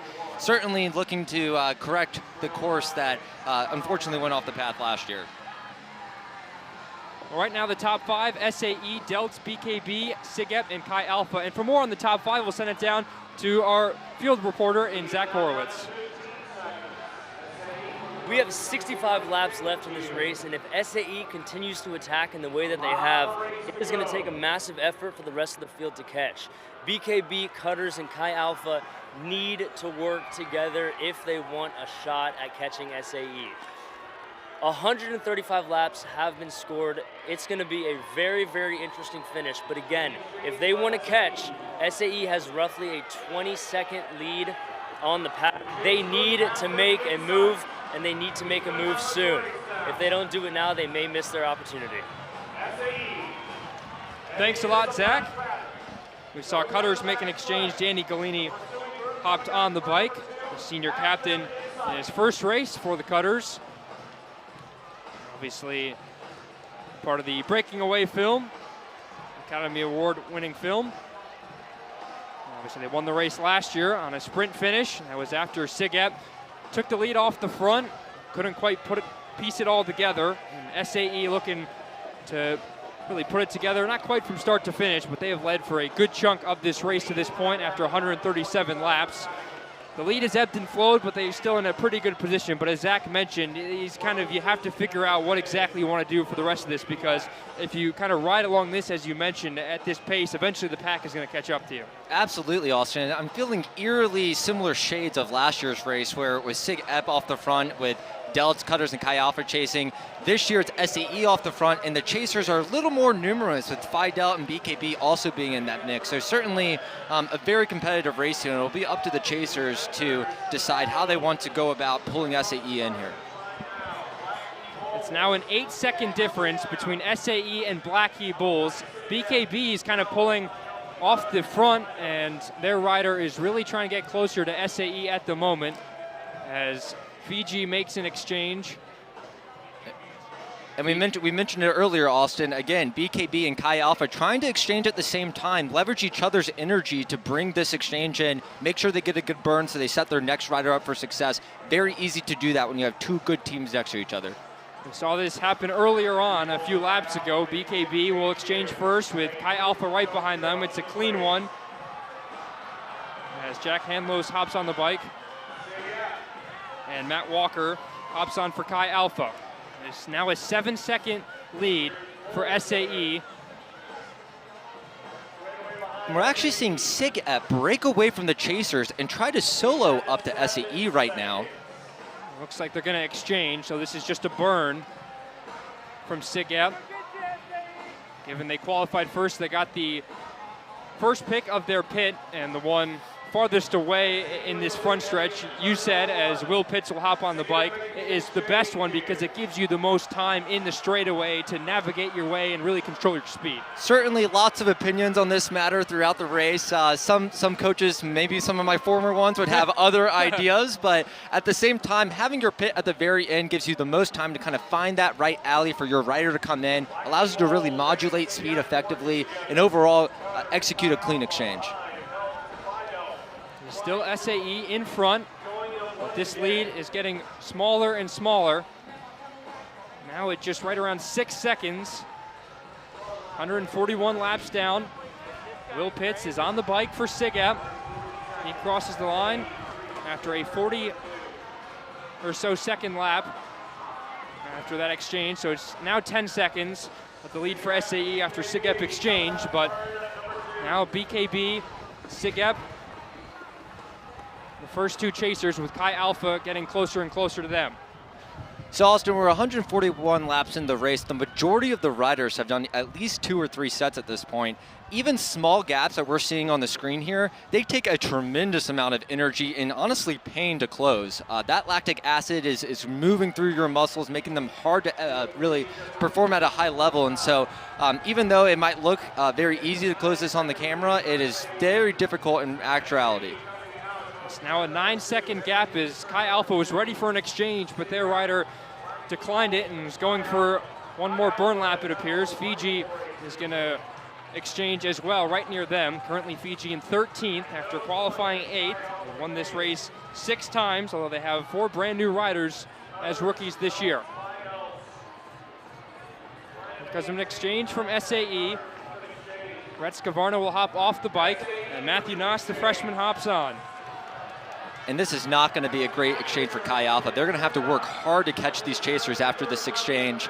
Perhaps it can work with either Phi Delta or Delta Tau Delta, who's slowly starting to drop back from these lead chasers of BKB and SIGEP. Ryan Lowe hops on the bike for Chi Alpha. Now, SAE still out in front, but this is getting closer and closer. BKB and SIGEP are right behind them. There's a macro rider between them, but they are not in the top 4 at the moment. But they can feel, and this crowd can certainly feel, that this gap is getting closer and closer. There's a wave off by BKB. Jack Hanlos will continue for at least another lap. Exactly, Austin. They're feeling like they can catch SAE now. They don't want to take another exchange. They want to close this gap and for once and for all take the lead of this race. So SAE with about a 4-second lead now, as high as over 25 seconds. Now it's down to 4 with 56 laps to go. And this it does kind of feel like last year's race to a sense. I was going to say, I feel like it's fire in the hole. A bomb just went off. This chase pack has exploded. We see BKB and SIGEP working together, not quite chasing in SAE yet. I see that rider's doing whatever he can on the front to make sure that SIGEP and BKB cannot chase. Then it's Phi Del and Chi Alpha, Cutters and Delt starting to form a little gruppetto, slowly but surely reeling in these leaders. It's a 4.5-second lead for SAE. They're followed by BKB, SIGEP, Phi Delt, and Chi Alpha. Cutters is in 6th, Delt 7th, Macro Cycling 8th, Phi Psi 9th, and Sigma Nu is 10th. Well, they're about seven teams are on the lead lap at the moment. Now, Austin, earlier I mentioned how these gaps, you feel like you can close them, but they're so hard to close. And I can't help but wonder if these teams who have riders ready to actually come in for exchange in BKB and SIGEP, I can't help but maybe these chasers are actually really feeling it. If I look at Cutters, if I look at Delta, if I look at Chi Alpha, they're starting to get much closer to SAE and those leaders as well. So I expect that when the chasers are finally able to catch SAE, that's when we're going to see something go off. Either another counter attack, that's a common kind of counter move that we'll see, or we'll see it kind of slow up again and then some more creative exchanges happening. You can see Matthew Noss looking over his shoulder. Will Pitts is getting closer and closer after lap 147. The gap is less than 2.5 seconds. SIGEP, BKB, Phi Delt, all within 5 seconds. Then it's Delts who are 6 seconds behind. Cutters right behind them. And I'll tell you what, that's Josh Herbst and Judah Thompson on the bikes for Delta Tau Delta and Cutters, number 2 and number 3 of ITTs. Those teams are not taking this for light. SAE here around turn number 4. And now you can kind of smell blood here from BKB and SIGEP. There's all 4 of them are lined up here for an exchange. This could be chaotic. We'll see who goes in. SAE is going to go in for an exchange, and there is a change in the lead.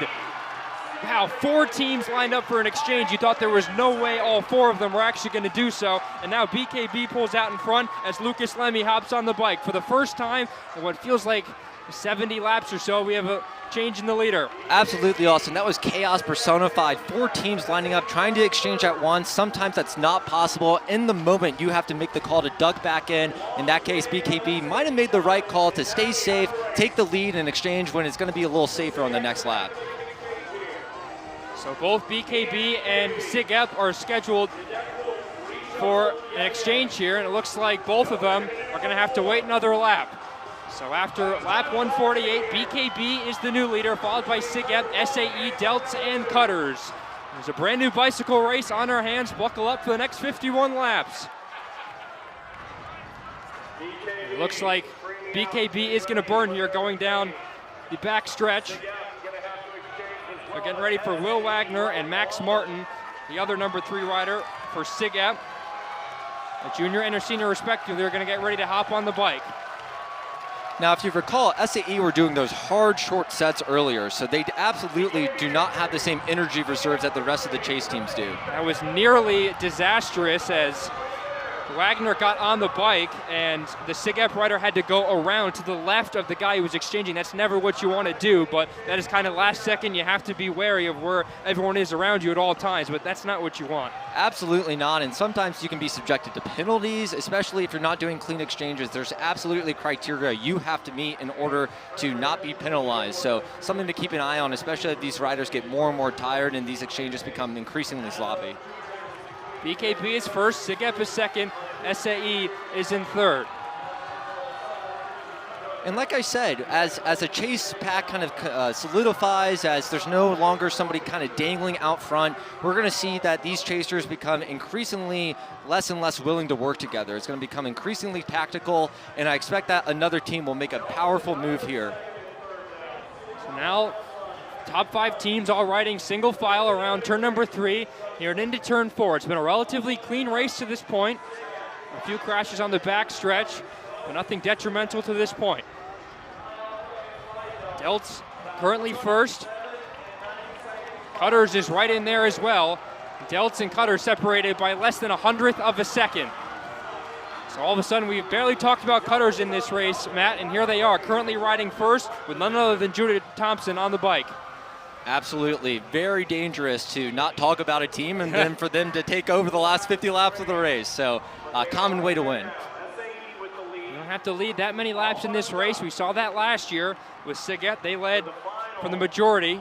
It's all about who leads on lap number 200. Absolutely. And we saw Cutters and Delta Tau Delta put in their best riders there to kind of finalize that chase down of SAE. I suspect that both of them will be trying to get off the bike and let another rider or two kind of take over before they get back on for the end of this race.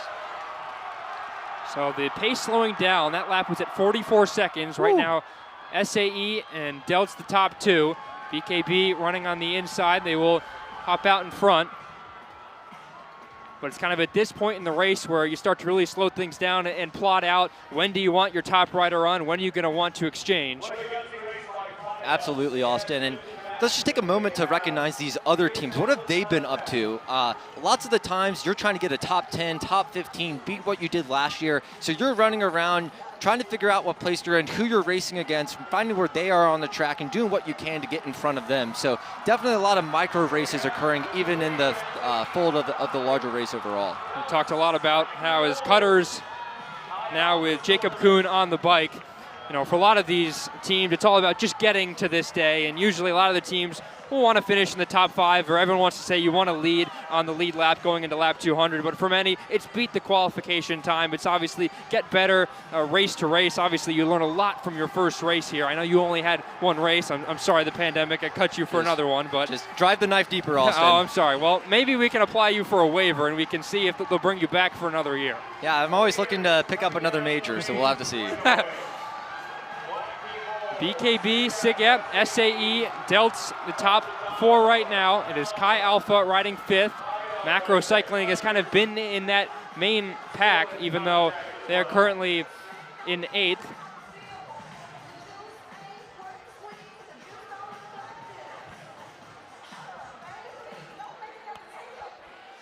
So a very common tactic, Austin, is for teams to come in, act like they're going to exchange, get a really good burn, and they completely fake the exchange. We call that a +1, sometimes a +2 if they do 2 laps. That's a great way to open a lead and a great way to initiate a move, initiate a breakaway. We're on lap 155. I would expect lots of teams to be thinking along those lines right now. We're going to see Delts going for an exchange here. They have their rider burning, and they're marked closely by SIG Ep and SAE, but Delts are getting ready for an exchange on the back straightaway. We have the second to last pit as you move into turn 3. Obviously, Cutters with the last one. It's Sean Simpson, the senior, who gets on the bike and will make his turn around turn 3 and get back into the fray. But it's BKB now out in front. Sigep behind them. Blackie Bulls have won this race twice in 2014 and 2017. And also notice how Sean was able just to slot in there. Here in lap 157 and beyond, here is where those clean exchanges matter the most. You want to conserve all the energy you can. These riders, they are exhausted at this point in the race. So making sure you're pulling off clean exchanges, burning at the right time, doing the small things right is very important at this juncture. Speaking of which, we see Kai Alpha executing a phenomenal burn here to put a fresh rider on the bike. I saw Will Pitts for Sigep kind of motion for someone to go out in front of him as he is going to take the outside and allow SAE to take the inside, but Kai Alpha making an exchange. Probably the easiest exchange for the day for them. This pace has completely came to a crawl here. Trey Samas, the sophomore, is on the bike.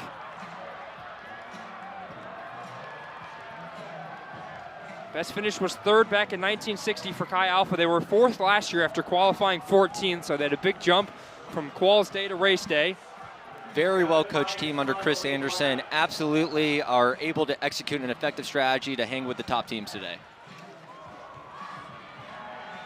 Fidelt getting ready for an exchange as well. Currently the champions from 2022 sitting in 6th. But this main pack coming around turn number 4 to slow down quite a bit. The last lap for SAE, Sigep, and BKB, 45 to 46 seconds. 45 is significantly slower. If you recall, when Luke Noss was off the front earlier, he was rolling about 36s or 37s. So we're seeing about 9 or 10 seconds slower a lap from the leaders at the moment. So the pace slowing down a little bit after lap number 159. BKB is 2nd right now to SAE. Faisai is getting ready for an exchange. Sigep as well. Well, we have a new leader in BKB, and for more on them, we'll send it down to Riley Woodall. Hey, thanks, Austin. I just got done talking with student coach Zach Villarreal, and he said it is all game on now that SAE is back into it. So now it's going to come down to who's got the juice down the stretch. Obviously, you saw SAE really make a move early on in this race. You're starting to see that pace of theirs slow down. The pace is starting to pick up for Sigep and BKB. So it's going to be an interesting final 40 laps. Who's going to have the juice coming down the stretch? Back to you guys. Riley, and there's only one way to do that, and that is wait and see. Final 40 laps here at Bill Armstrong Stadium in the 73rd running of the men's Little 500. Give you a full update of the field. First right now is Sigep, Fidelt is 2nd, SAE 3rd, Blackie Bulls 4th, Cutters, the champs from last year, they're in 5th, Delts in 6th, Kai Alpha in 7th. They're all separated by 2 seconds. Then it's Macro Cycling, Phi-Psi, Sigma Nu, Grey Goat, Human Wheels, Fiji, Lambda Chi Alpha, 3PH, Forest Cycling, Chinzano, CSF, Novus, Godspeed, complete the top 20. Then it's ASIG, Pi Kappa Alpha, that's Pike, Ghost, AKL, Delta Sigma Pi, IUDM, Mezcla, Theta Chi, Bears, Phi Sigma Kappa, Sigma Chi, Army Cycling, and Americana. Currently the 33 team field and where they are right now after 161 laps. An exchange here for Blackie Bulls. McGuire Wolf hops on the bike. All first-year riders for BKB. 25 miles an hour on that last lap. That is speedy.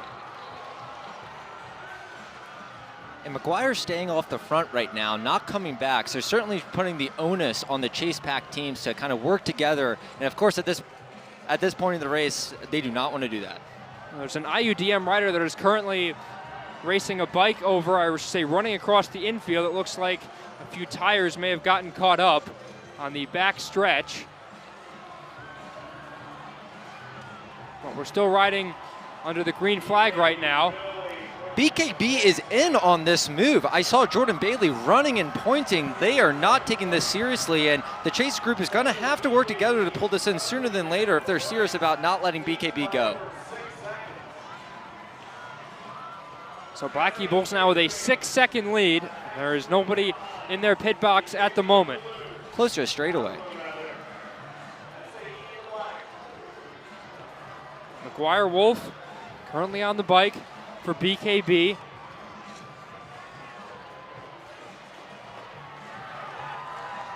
And He's being told by his coach to keep going and trying to give him everything they can. And Luke Noss, what a like just absolute engine he is pulling this in. He has gapped the other chase riders and is going after BKB right now. So Noss, his team was in front for a lot of this race, now playing catch up as it's about half a straightaway lead for BKB. 164 laps down, 36 to go. It's been all about SAE in this race for the most part. They led for 70, 80 laps, if not more. But now it's Will Wagner who gets on the bike. Pardon me, Wiley Close, the freshman, is on for BKB. And Noss is quickly right behind him. So BKB, SAE, top two right now with about a 12-second lead over Delts, Fidelt, and SIG-Ep. Chi Alpha Cutters, the top 7 teams in this main bunch. And BKB and SAE come together here. They have the opportunity, if they choose to do so, to work together, take, say, half-lap pulls and really screw in this opportunity of the chasers to actually catch them and make this race come back together. Wiley Close and Luke Noss, a freshman and a senior, rather a freshman and a junior, riding side by side right now. Wiley will give way for Luke. Obviously, being on that back tire and drafting means you have to do so much less work, which is so much more important. And now the two kind of playing cat and mouse, going in front of one another. Exactly, and to be clear, they are working together here. They would rather them two get up the road and distance themselves from these chasers than kind of not work together and be on doing this on their own. So absolutely advantageous, birds of a feather. Will Pitts is on the bike. Will Pitts is on the bike for SIG-Ep. He's moving his way around turn number 4, but this lead for SAE and BKB is increasing. It's at 10 seconds right now. Chi Alpha, Fidelt, Cutters, and SIG-Ep chasing behind them.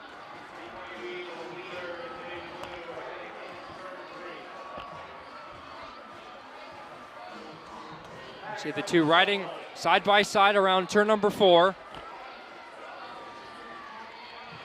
We talked about the sprinters and how many laps you want to ride. I talked to BKB and they said they want to save their sprinter Will Wagner for about 35 laps in the race, but for SAE and Luke Noss, he has been on the bike a lot for the first half, or I should say first really 3/4 now of this race. Austin, I think this is his 4th or 5th set. That is unbelievable for your top rider to be doing, and certainly SAE can go to sleep tonight knowing that they gave it their all today so far.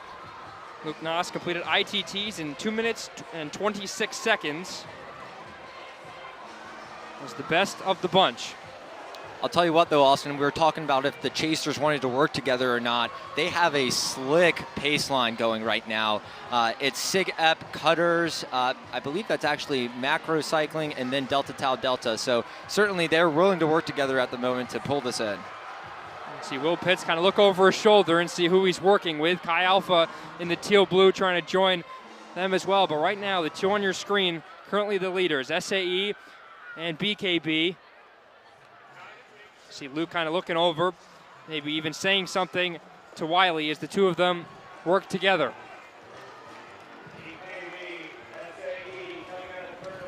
It's about a 10-second lead for these two right now as they both come across the line and look at their coaches, signaling how many more laps they want in this set.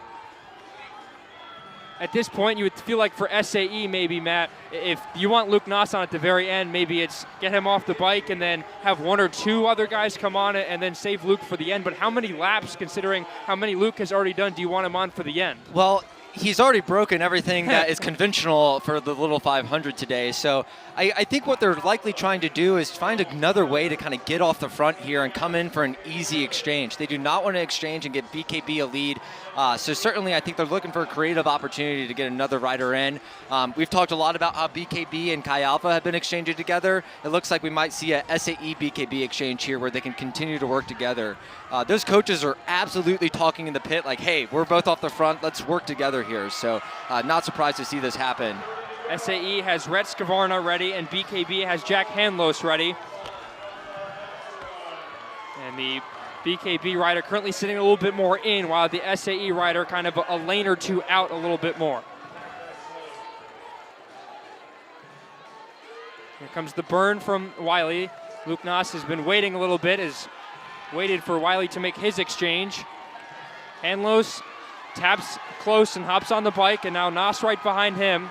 It's a great job by both teams to communicate and make sure there was enough space to successfully complete that exchange. I'll tell you what, we might have finally seen Luke Noss become human at the end of that set there. Wiley was able to get a phenomenal burn and really set up BKB to run away from this lace to some degrees. So no longer are they going to be working together. BKB is solo off the front at the moment. BKB followed by SAE, SIGEP, Cutters, Delts, Chi Alpha, Phi Delt, Macro Cycling, Phi Psi, and Sigma Nu, the top 10 at the moment, with Human Wheels and Grey Goat finishing off the top dozen. So now Jack Hanlos, the captain for this team. I talked to them this week, and he said it was super tough with the Final Four. They had plenty of riders to begin with. Actually had 6 that they had to choose from. They had to whittle down 6 to 4. Always a difficult decision, especially when you know that all 6 are capable of riding. It comes down to fit, comfortability on the bike, experience, lots of factors to consider. They had Zane Snyder and Kon Kikuchi as the outsiders in the end, but he said that it's obviously not easy to be on the outside, but he said it's kind of like water under a bridge. You're still supporting the guys around you, and Jack said that they've done a phenomenal job. He said, Jack admitted, hey, if I was left out, I would be nowhere as supportive as the other 2 guys are. So as much as the 4 guys who are riding are crucial, the other guys just as important as well, motivating your teammates, even though you can't race on race day. Absolutely. BKB a little bit ahead of SAE, then it's a 9-second gap. We got more analysis from our guy Zach Horwitz down on the field. Zach, what you got for us?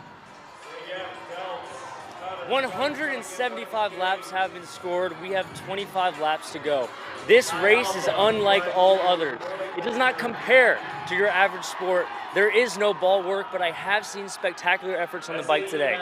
With 25 laps to go, teams are now making major considerations to how they're going to finish this race.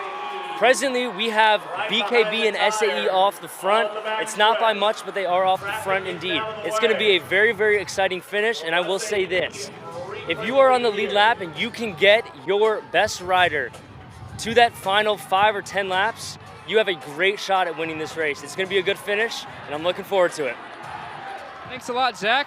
Tell you what, Zach, and I'm gonna have to talk to Zach afterwards. That bucket hat he has is awesome. I need to get one of those for myself. It's always important. If you look good, you're gonna race good. So completely agree. Look good, feel good, play good. It applies to racing as well.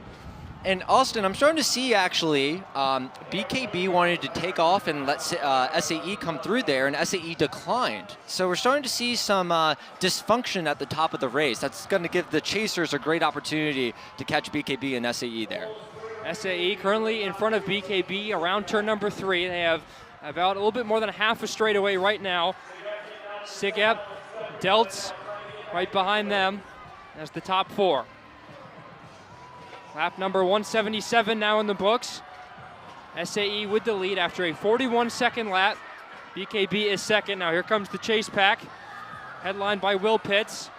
And look, Will's being very savvy here. He's making sure that all teams are pulling through. Now, a lot of those teams are lapped, and that's really unfortunate for the chasers because that means that pace line is not going to function as smoothly as it was if it was just the teams in contention.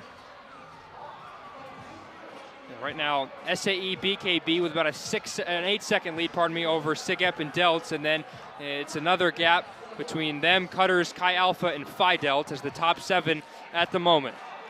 I'll tell you what, it is SIGEP and Delta Tau Delta doing the majority of the work pulling in this BKB and SAE move at the moment. Cutters is kind of sitting further back in the pack, same with Chi Alpha, being a little more coy perhaps, saving a little more energy than SIGEP and Delta are as they do the majority of the work pulling in this move.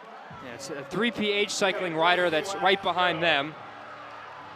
3PH got one of the best names back in 2014. Columbus natives Reed Wilson and Mitchell Duke on their 3rd floor of the Parks wing of the right quad. They came up with 3 Parks Hooligans, or 3PH for short. And that is how their little 500 team came to be, the 3 Parks Hooligans. Great name, and look at this, Austin. We're starting to see these chasers come too, and I really think it's because not only is SAE tired from their short sets earlier, but the dysfunction with BKB is absolutely apparent now. Now this pack is getting closer, as the PA announcer Jeremy Gray is saying to this crowd. So this is where kind of the slowdown between BKB and SAE has really allowed them, the rest of the pack, Will Pitts leading it, to really catch up, and now it's less than 2 seconds. And the question is, what's the next move? What's the next counter punch? What's the next counter attack? 6 teams left: BKB, SAE, SIG EP, Delts, and then Cutters and Chi Alpha. I think Cutters and Chi Alpha have been doing smart, savvy racing here, sitting in, making SIG EP, Will Pitts, and Delts doing the majority of the work. Here we see Jacob Kuhn for Cutters. Oh, and a collision right in the pit box. SIG EP and BKB collided into one another. We saw a successful exchange a few laps ago, but that time, Pitts, who got off the bike, he is exhausted, bumped right into the BKB rider who was hopping off the bike as Will Wagner got on. I don't know if he knew there was a bike right behind him, but in the end, and it looks like Pitts is a little Oh my goodness, Austin, that is unfortunate for SIG. Oh my goodness, for SIG EP.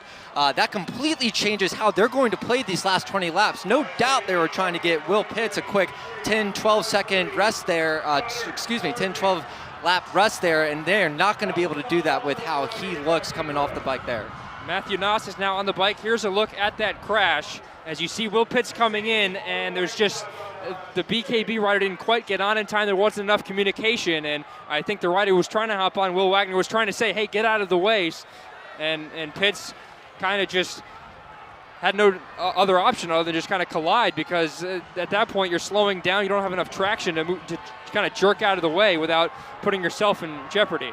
Absolutely. These riders are exhausted at this point in the race. They can barely stand when they get off the bike. So not surprised that we're seeing some sloppy exchanges start to impact the strategy with this race. So now it's BKB out in front, followed by SAE and SIG EP. It's a 7-second lead for BKB right now, with Will Wagner, their sprinter on the bike, finished 8th in ITTs. And you know that entire move there kind of slowed down the chasers to some degree and allowed BKB to really open back up on this lead. The chasers have completely brought it down, and they are just ripping it at the moment. That's Will Wagner on the bike, just completely heads down. He has a very smooth pedal stroke. We talked about that earlier, so definitely feeling good at the moment. 183 laps down, 17 to go here in the 73rd running of the men's Little 500. SAE had a pretty comfy lead, nearly half a minute for about half the race to this point.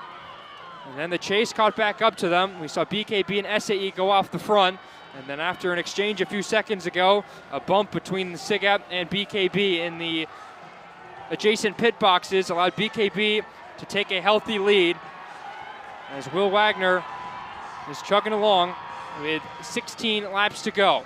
And you know, BKB did that move with SAE going off the front. They used a lot of energy there too. I saw that rider stick his tongue out when he came back around. They're getting a bike in the pit right now, so certainly they aren't as fresh as some of the other teams might be in the chase group at the moment.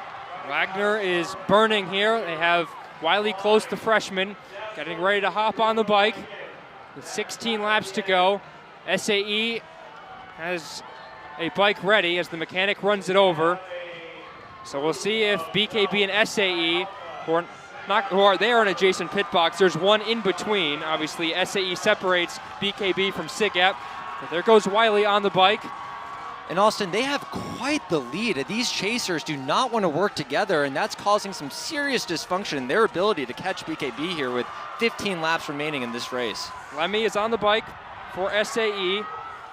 All 4 of the riders for SAE finished in the top 16 in ITTs. 3 of the 4 riders for SIG EP finished in the top 10, with Gus Koleski, the sophomore, not participating.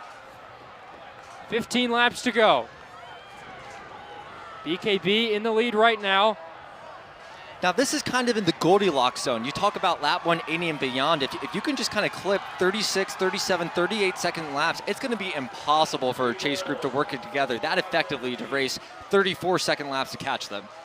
Well, we're just looking down at the SIG EP pits, and there is medical staff on hand looking at Will Pitts right now after that crash. You could see just by the way he got up after that crash, a lot of energy just exuded in that set for him, and he's getting checked on right now.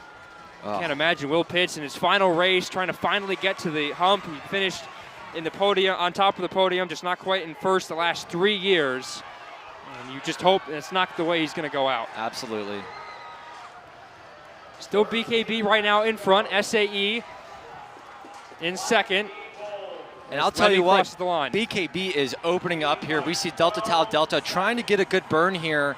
That's Judah Thompson choosing not to really close down that gap. Certainly they're trying to keep a more consistent effort as Delta Tau Delta presumably is trying to get Josh Herbst on the bike here. It's a 12-second lead now for BKB over SAE. Delta are in third, making an exchange along the far side. 13 laps to go. Now BKB has and a crash. Delta had trouble getting the new rider on the bike, and a bike-to-bike exchange as Josh Herbst gets on the bike, but not without a little bit of... Exactly. Some similar shades of what happened here down the front straightaway. Josh is going to have to really work to catch Judah as quickly as possible. Now, one thing to call out is that BKB was doing those efforts with SAE out front. It's likely they'll have to come in for another exchange if this rider is not able to keep this pace up. Your average exchange might cost you anywhere between 7 or 9 seconds. So we might see that 12-second gap kind of decrease if they have to bring in another exchange. But the way Jordan Bailey is acting and dancing down there in the pit, certainly he believes that he can give this rider the energy he needs to finish this race. 11 laps to go. BKB out in front right now. And plenty of work to do for SAE, with Lemmy riding in between a pair of teams. They're right in front of Fidel. And they're trying to work around Grey Goat and Cinzano as well. Now we're seeing some heavyweights slug it out in the backstretch here. Josh Herbst just cruised by Judah Thompson there. We're seeing the SIGEP rider have to get out of the saddle. They are blistering down the backstretch here as they do everything they can to leave it all on the track to catch BKB here. Clean exchange for BKB. McGuire Wolf is on the bike. High Alpha getting ready for an exchange as well. It looks like SAE is going to make an exchange. Fidel was marking them. Trey Samas hops on the bike. SAE makes an exchange as well. That is Luke Noss. They have their best rider out there. And now this is the time where you feel like, is Noss going to finish this race, or is he just Absolutely. Kind of, This has to be the last move for them. If they make another exchange here, that's seriously going to put them back. So I think it's time of that race to just get your best rider on the bike and let him do his thing. McGuire Wolf is on right now for BKB. Max Martin is getting ready for SIGEP. Max finished 7th in ITT, 2nd in missing out. Actually, around the last turn, he slipped out, which allowed Connor Furlong to win it, but those two were neck and neck for the entirety of missing out. Missing out Team Pursuit were held just 2 weeks ago on back-to-back days. Now, obviously used a lot of energy in that weekend. Absolutely, and if we look at BKB here, they have just under a half lap lead compared to the leaders. So absolutely, they're doing everything they can to crank in. There's this funny thing about cycling, though. When the chasers are in numerous, say 3 or 4 riders, the cooperation really decreases. So hopefully these chasers can keep it up and close this gap down to BKB. Deltz is currently 2nd. SAE is 3rd. And now SAE takes over after that exchange from Deltz, which was not the cleanest. Cutters is riding 3rd. Deltz 4th. SIGEP is 5th. Kai Alpha 6th. Fidel 7th, Macro 8th, Phi-Sci 9th, and Sigma Nu 10th, completing the top 10 teams at the moment. Deltz and Phi Delta were the only 2 of those teams that qualified outside of the top 10. 7 laps to go. You feel like, is there one more exchange coming for BKB? You know, this is giving me shades of Phi-Sci in 2019. It's one of those things, if you have a rider in the pit with a bike, it becomes increasingly hard for that rider who's actually on the track to stay out there and keep their head down. If you give them if you give them an option, it becomes very difficult to keep that pace up. And of course, just as I say that, BKB says, nope, we know what we're doing. We're going to put a fresh rider on the bike to finish this race. And it's not just any fresh rider, it's the freshman in Wiley Close. And here comes the exchange. Is this the final one for BKB? Oh, it's not the greatest exchange ever, as Wiley's going to have to hurry to get through turn 1. Now, does the chasing pack see that? Judah Thompson is on right now for Cutters, who are currently 2nd. And BKB definitely lost some time. 6 laps to go. And can Wiley close out this race for BKB? We are going to see the top riders are on for all of the teams in contention. Josh Herbst, Max Martin in lieu of Will Pitts, and finally Luke Noss and Judah Thompson for the rest of the contending teams. These are the all-stars of the race. We'll see what the lead looks like rather after this lap. Wiley finishes lap 195. Sigep currently riding second. SAE third and Cutters fourth. The lead right now is 11 seconds. SAE riding second behind Sigep. Now, boy, there's going to be another exchange here, it looks like, for BKB. They want their sprinter, Will Wagner, the junior, to finish this race. So this is a short set from Wiley Close. It's give it everything you have and then pass it off to the sprinter in Wagner, who finished 8th in ITTs. You have to empty the tank right here. I just timed 13 seconds is the gap, so certainly they will still be in the lead. But is it going to be tantalizing enough for Josh Herbst to close this down here on the straightaway? We will see. Wagner is on the bike for BKB. The lead right now is 9 seconds or so. Chi Alpha made an exchange. They're currently in second. Ryan Lowe hops on the bike. Can they catch BKB? Will Wagner, the sprinter, trying to finish off this 5-lap set. And for all the approximately 30 alums who are in attendance, for BKB, make it a memorable one.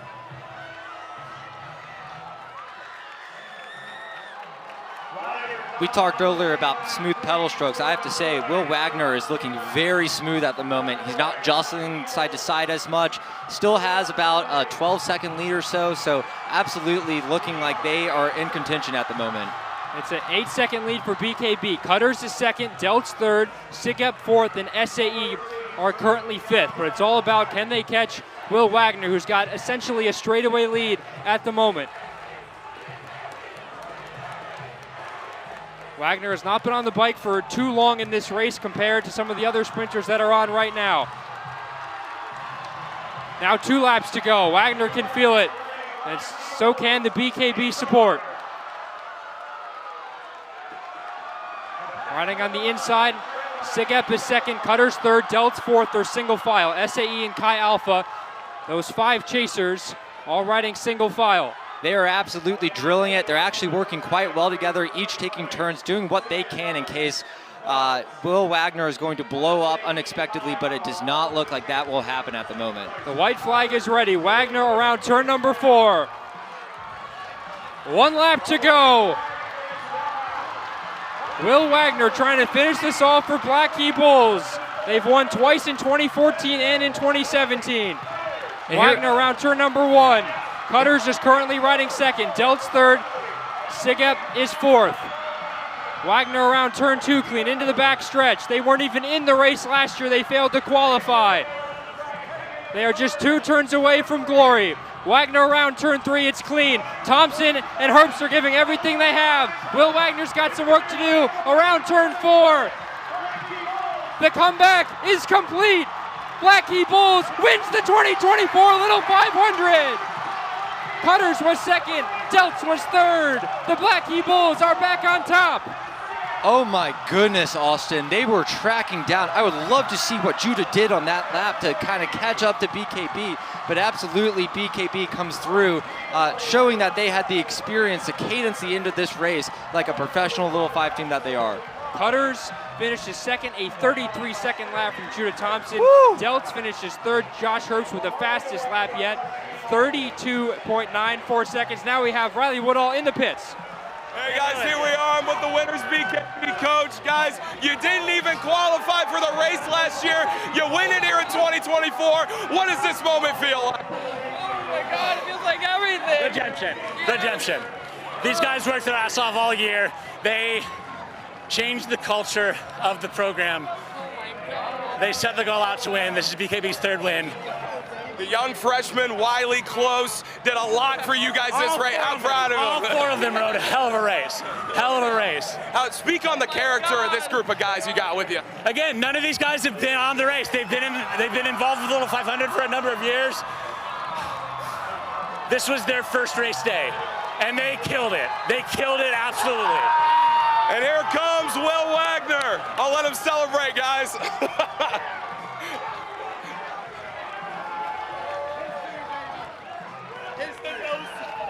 Bro, that was fucked up. That was so. Hey, Will. Gotcha.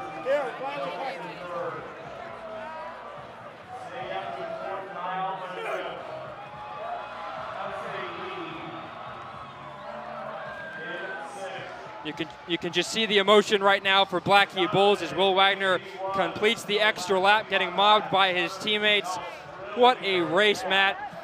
It was kind of blown up by SAE in the beginning, kind of like what happened last year. The pack caught up, and then BKB and SAE went off the front. A little collision there from BKB and SIG Ep took them out of the race, and now the BKB alumni, about 32 of them, they got about 80% of their alums back here today. They are running out on the track. This is a day certainly they never forget, and it is a year they should be awfully proud of BKB. Absolutely. They should be as proud as possible, especially with what this team has been through over the last couple years, completely resetting the program like Jordan Bailey said. So truly an accomplishment for this team. Also just want to call out the excitement of this race. I finally got a chance to take a sip of water, take a quick little seat there. This was beyond exciting, especially as soon as SAE was caught. BKB proving that they were savvy enough to navigate that chaotic nature of those closures coming together, and it ended up working out for them.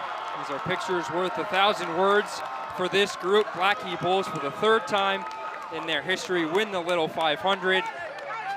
Crazy, about 13 months after not qualifying last year, they got back on the track. So much support from the alumni, and they are rewarded by watching their team win the Little 500 for the third time in history. They win it by less than 3 seconds. Cutters was second, Delts was third, SIG Ep was fourth, Pi Alpha fifth, SAE finished sixth after leading for the most laps in the race. Phi Delt seventh, the winners 2 years ago. Macro eighth, Phi Psi ninth, and Sigma Nu qualified 10th and finishing 10th. That rounds out the top 10. Well, they call it one day in April for a reason. Yes. It's one of the most special days for these riders, for this community. And the afternoon and the weekend will belong to Blackheath Bulls. And now we have Riley Woodall with Will Wagner. Riley. Hey, thanks, Austin. I'm here with Will Wagner, the winner of Blackheath Bulls, the hero. Will, talk me through that last lap. What were you thinking? I was just like, damn, I'm not going to mess this up. We worked so hard. Didn't qualify last year, didn't make it in the race. And redeemed ourselves this year. We got first and second in team pursuit. We knew we were deep. We came in with a plan and just executed perfectly. Man, this is crazy. I don't know what to say. I'm just trying to take all this in. All my friends, my family. This is just an awesome moment for us and the team. Hey, Will, enjoy this moment, man. Congratulations. Thank you, man. Blackheath Bulls, your winner. Austin, back to you. Thanks a lot, Riley, or should I say Jay Billis. Looked like he was doing a 94 feet with Jay Billis type segment right there. Really good job, Riley, talking with Will Wagner, the champ, who will now join his teammates as they will lift the Borg Warner Trophy to the skies. An incredible race by BKB. It's not about who makes the first move, it's who stays composed and who makes the right moves leading up until the end. And BKB had it for the last 20 laps or so. They made the right exchanges. Wiley Close gave the bike off to Will Wagner. And now the two of them, alongside McGuire Wolf and Jack Hanlos, will be crowned Little 500 champions. Basketball has March Madness. I think college cycling gets April Absurdity, perhaps. So, April Anarchy, yeah. Oh, yeah, no, I like Anarchy a lot more. Next one, Indy 500, we can give it Mayhem. Oh, geez. What you got for June? Talk to me then. All of the BKB fans and alum now on the track, just as Kappa Alpha Theta was yesterday. One of the most historic independent teams adds another chapter to their story as 2024 Little 500 champions. The best part, the sportsmanship. You see the riders who train with each other. They may not be on the same team, but they are definitely close friends, embracing one another. And for the top three teams, it really is a celebration for all three of them to finish on the podium. Completely, and those celebrations will carry them late into the evening, I'm sure. And Austin, it was kind of nice to see a race here where I felt like wrecks or crashes really didn't actually impact the outcome of the race that much. So this was a clean, true, hard-fought win. There's Delta Dow Delta finishing in 3rd place. Your former team, Matt. I assume you got to be very proud of these guys. Very proud. Josh Herbst podium every single year he was in the Little 500. Has to be proud of that. The 2 rookies, Sean Simpson and Ben Nordstrom, have to be proud of how they persevered throughout this race. And of course, Blake Kladalowski doing a lot of the heavy lifting there. Have to be proud of their effort today. The 4th time that Delts finishes on the podium. It is the 7th time, I should say 4th time they finished 3rd, 7th time in total they finished on the podium. They did so as well in 2022. That was when they were jet black. They take pictures with their fans in the pink, who are now huddled right near the start-finish line. And then next, the yellow, the Cutters, finishing in 2nd. We didn't talk much about this group today, considering, well, they weren't necessarily at the forefront for most of it, but considering what they lost from last year, Judah Thompson did so much to get this team back near the top. And this is a very impressive showing from Cutters as well. 100% agree, Austin. Judah had a monster last lap. I mean, they were about to pull in BKB if this race was another lap or 2 longer, but certainly knew what they were doing, conserved energy, and were able to convert that into a podium 2nd place finish at the end. Not the trophy they necessarily wanted to consider in the history there, but you see the BKB alumni showing their support for Cutters.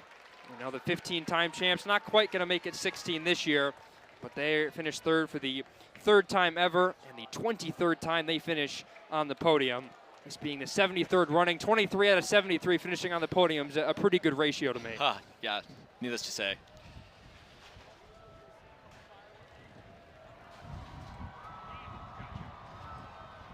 So Cutters finished the 2nd.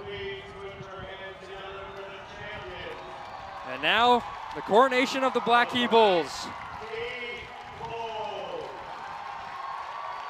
Wiley Close, McGuire Wolf, Will Wagner, and Jack Hanlos, all first-year riders. None of them rode back in 2022 when the team finished in 9th. It is truly a family with BKB. Holding up their letters right now, the yellow and black. We've seen them all spring long in those colors, now wearing the teal blue.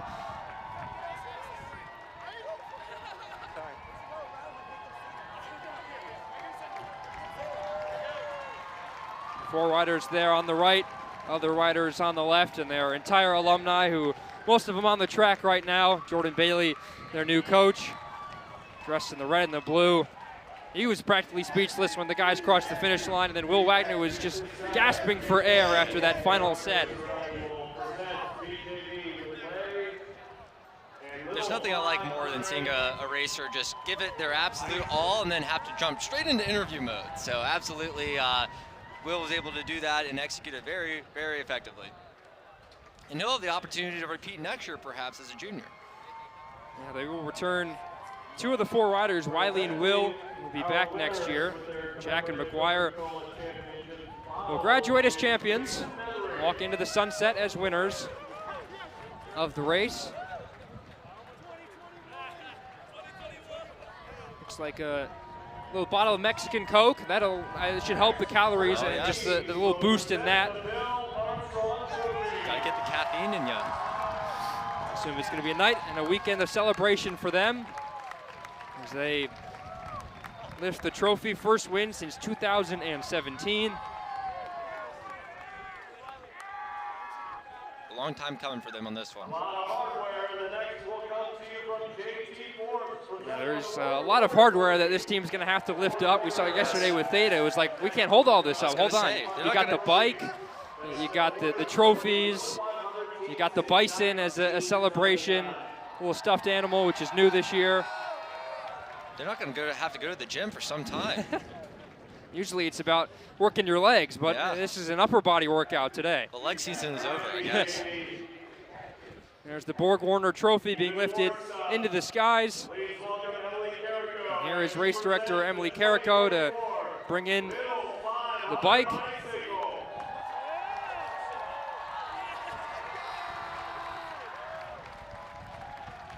A moment every Little Five rider dreams of. And this afternoon it is Blackie Bull's dream as they live it out here at Bill Armstrong Stadium.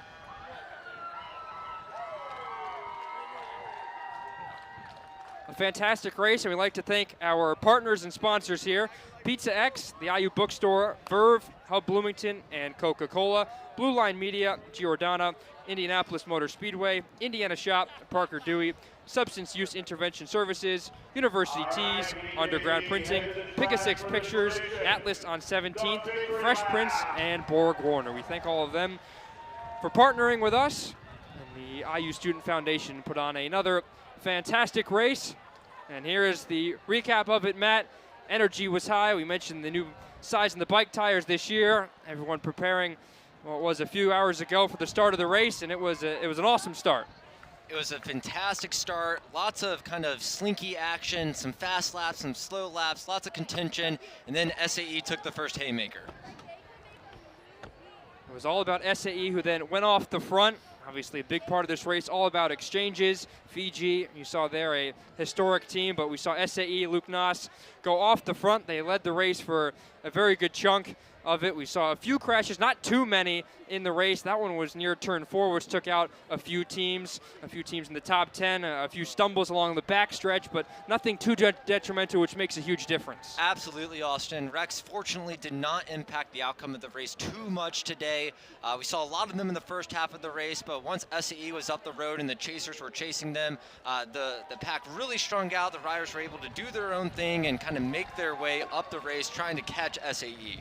You see SAE went off the front, had a very good race. They had a big lead, but then Blackie Bulls got back into it, and eventually it was BKB's time to shine. They rode with SAE for a lot of the race, and there was a little slip up in the pit box, and it was Blackie Bulls in the final 20 laps. Will Wagner got on the bike and finished it off for BKB. For our entire crew, a fantastic production from the top down. For our producers, Lauren Burr, Emily Fox, and Emma Watson, our director, Henry Thuss. For our entire team, my partner, Matt McCoy, I am Austin Platt, signing off. We'll see you next April.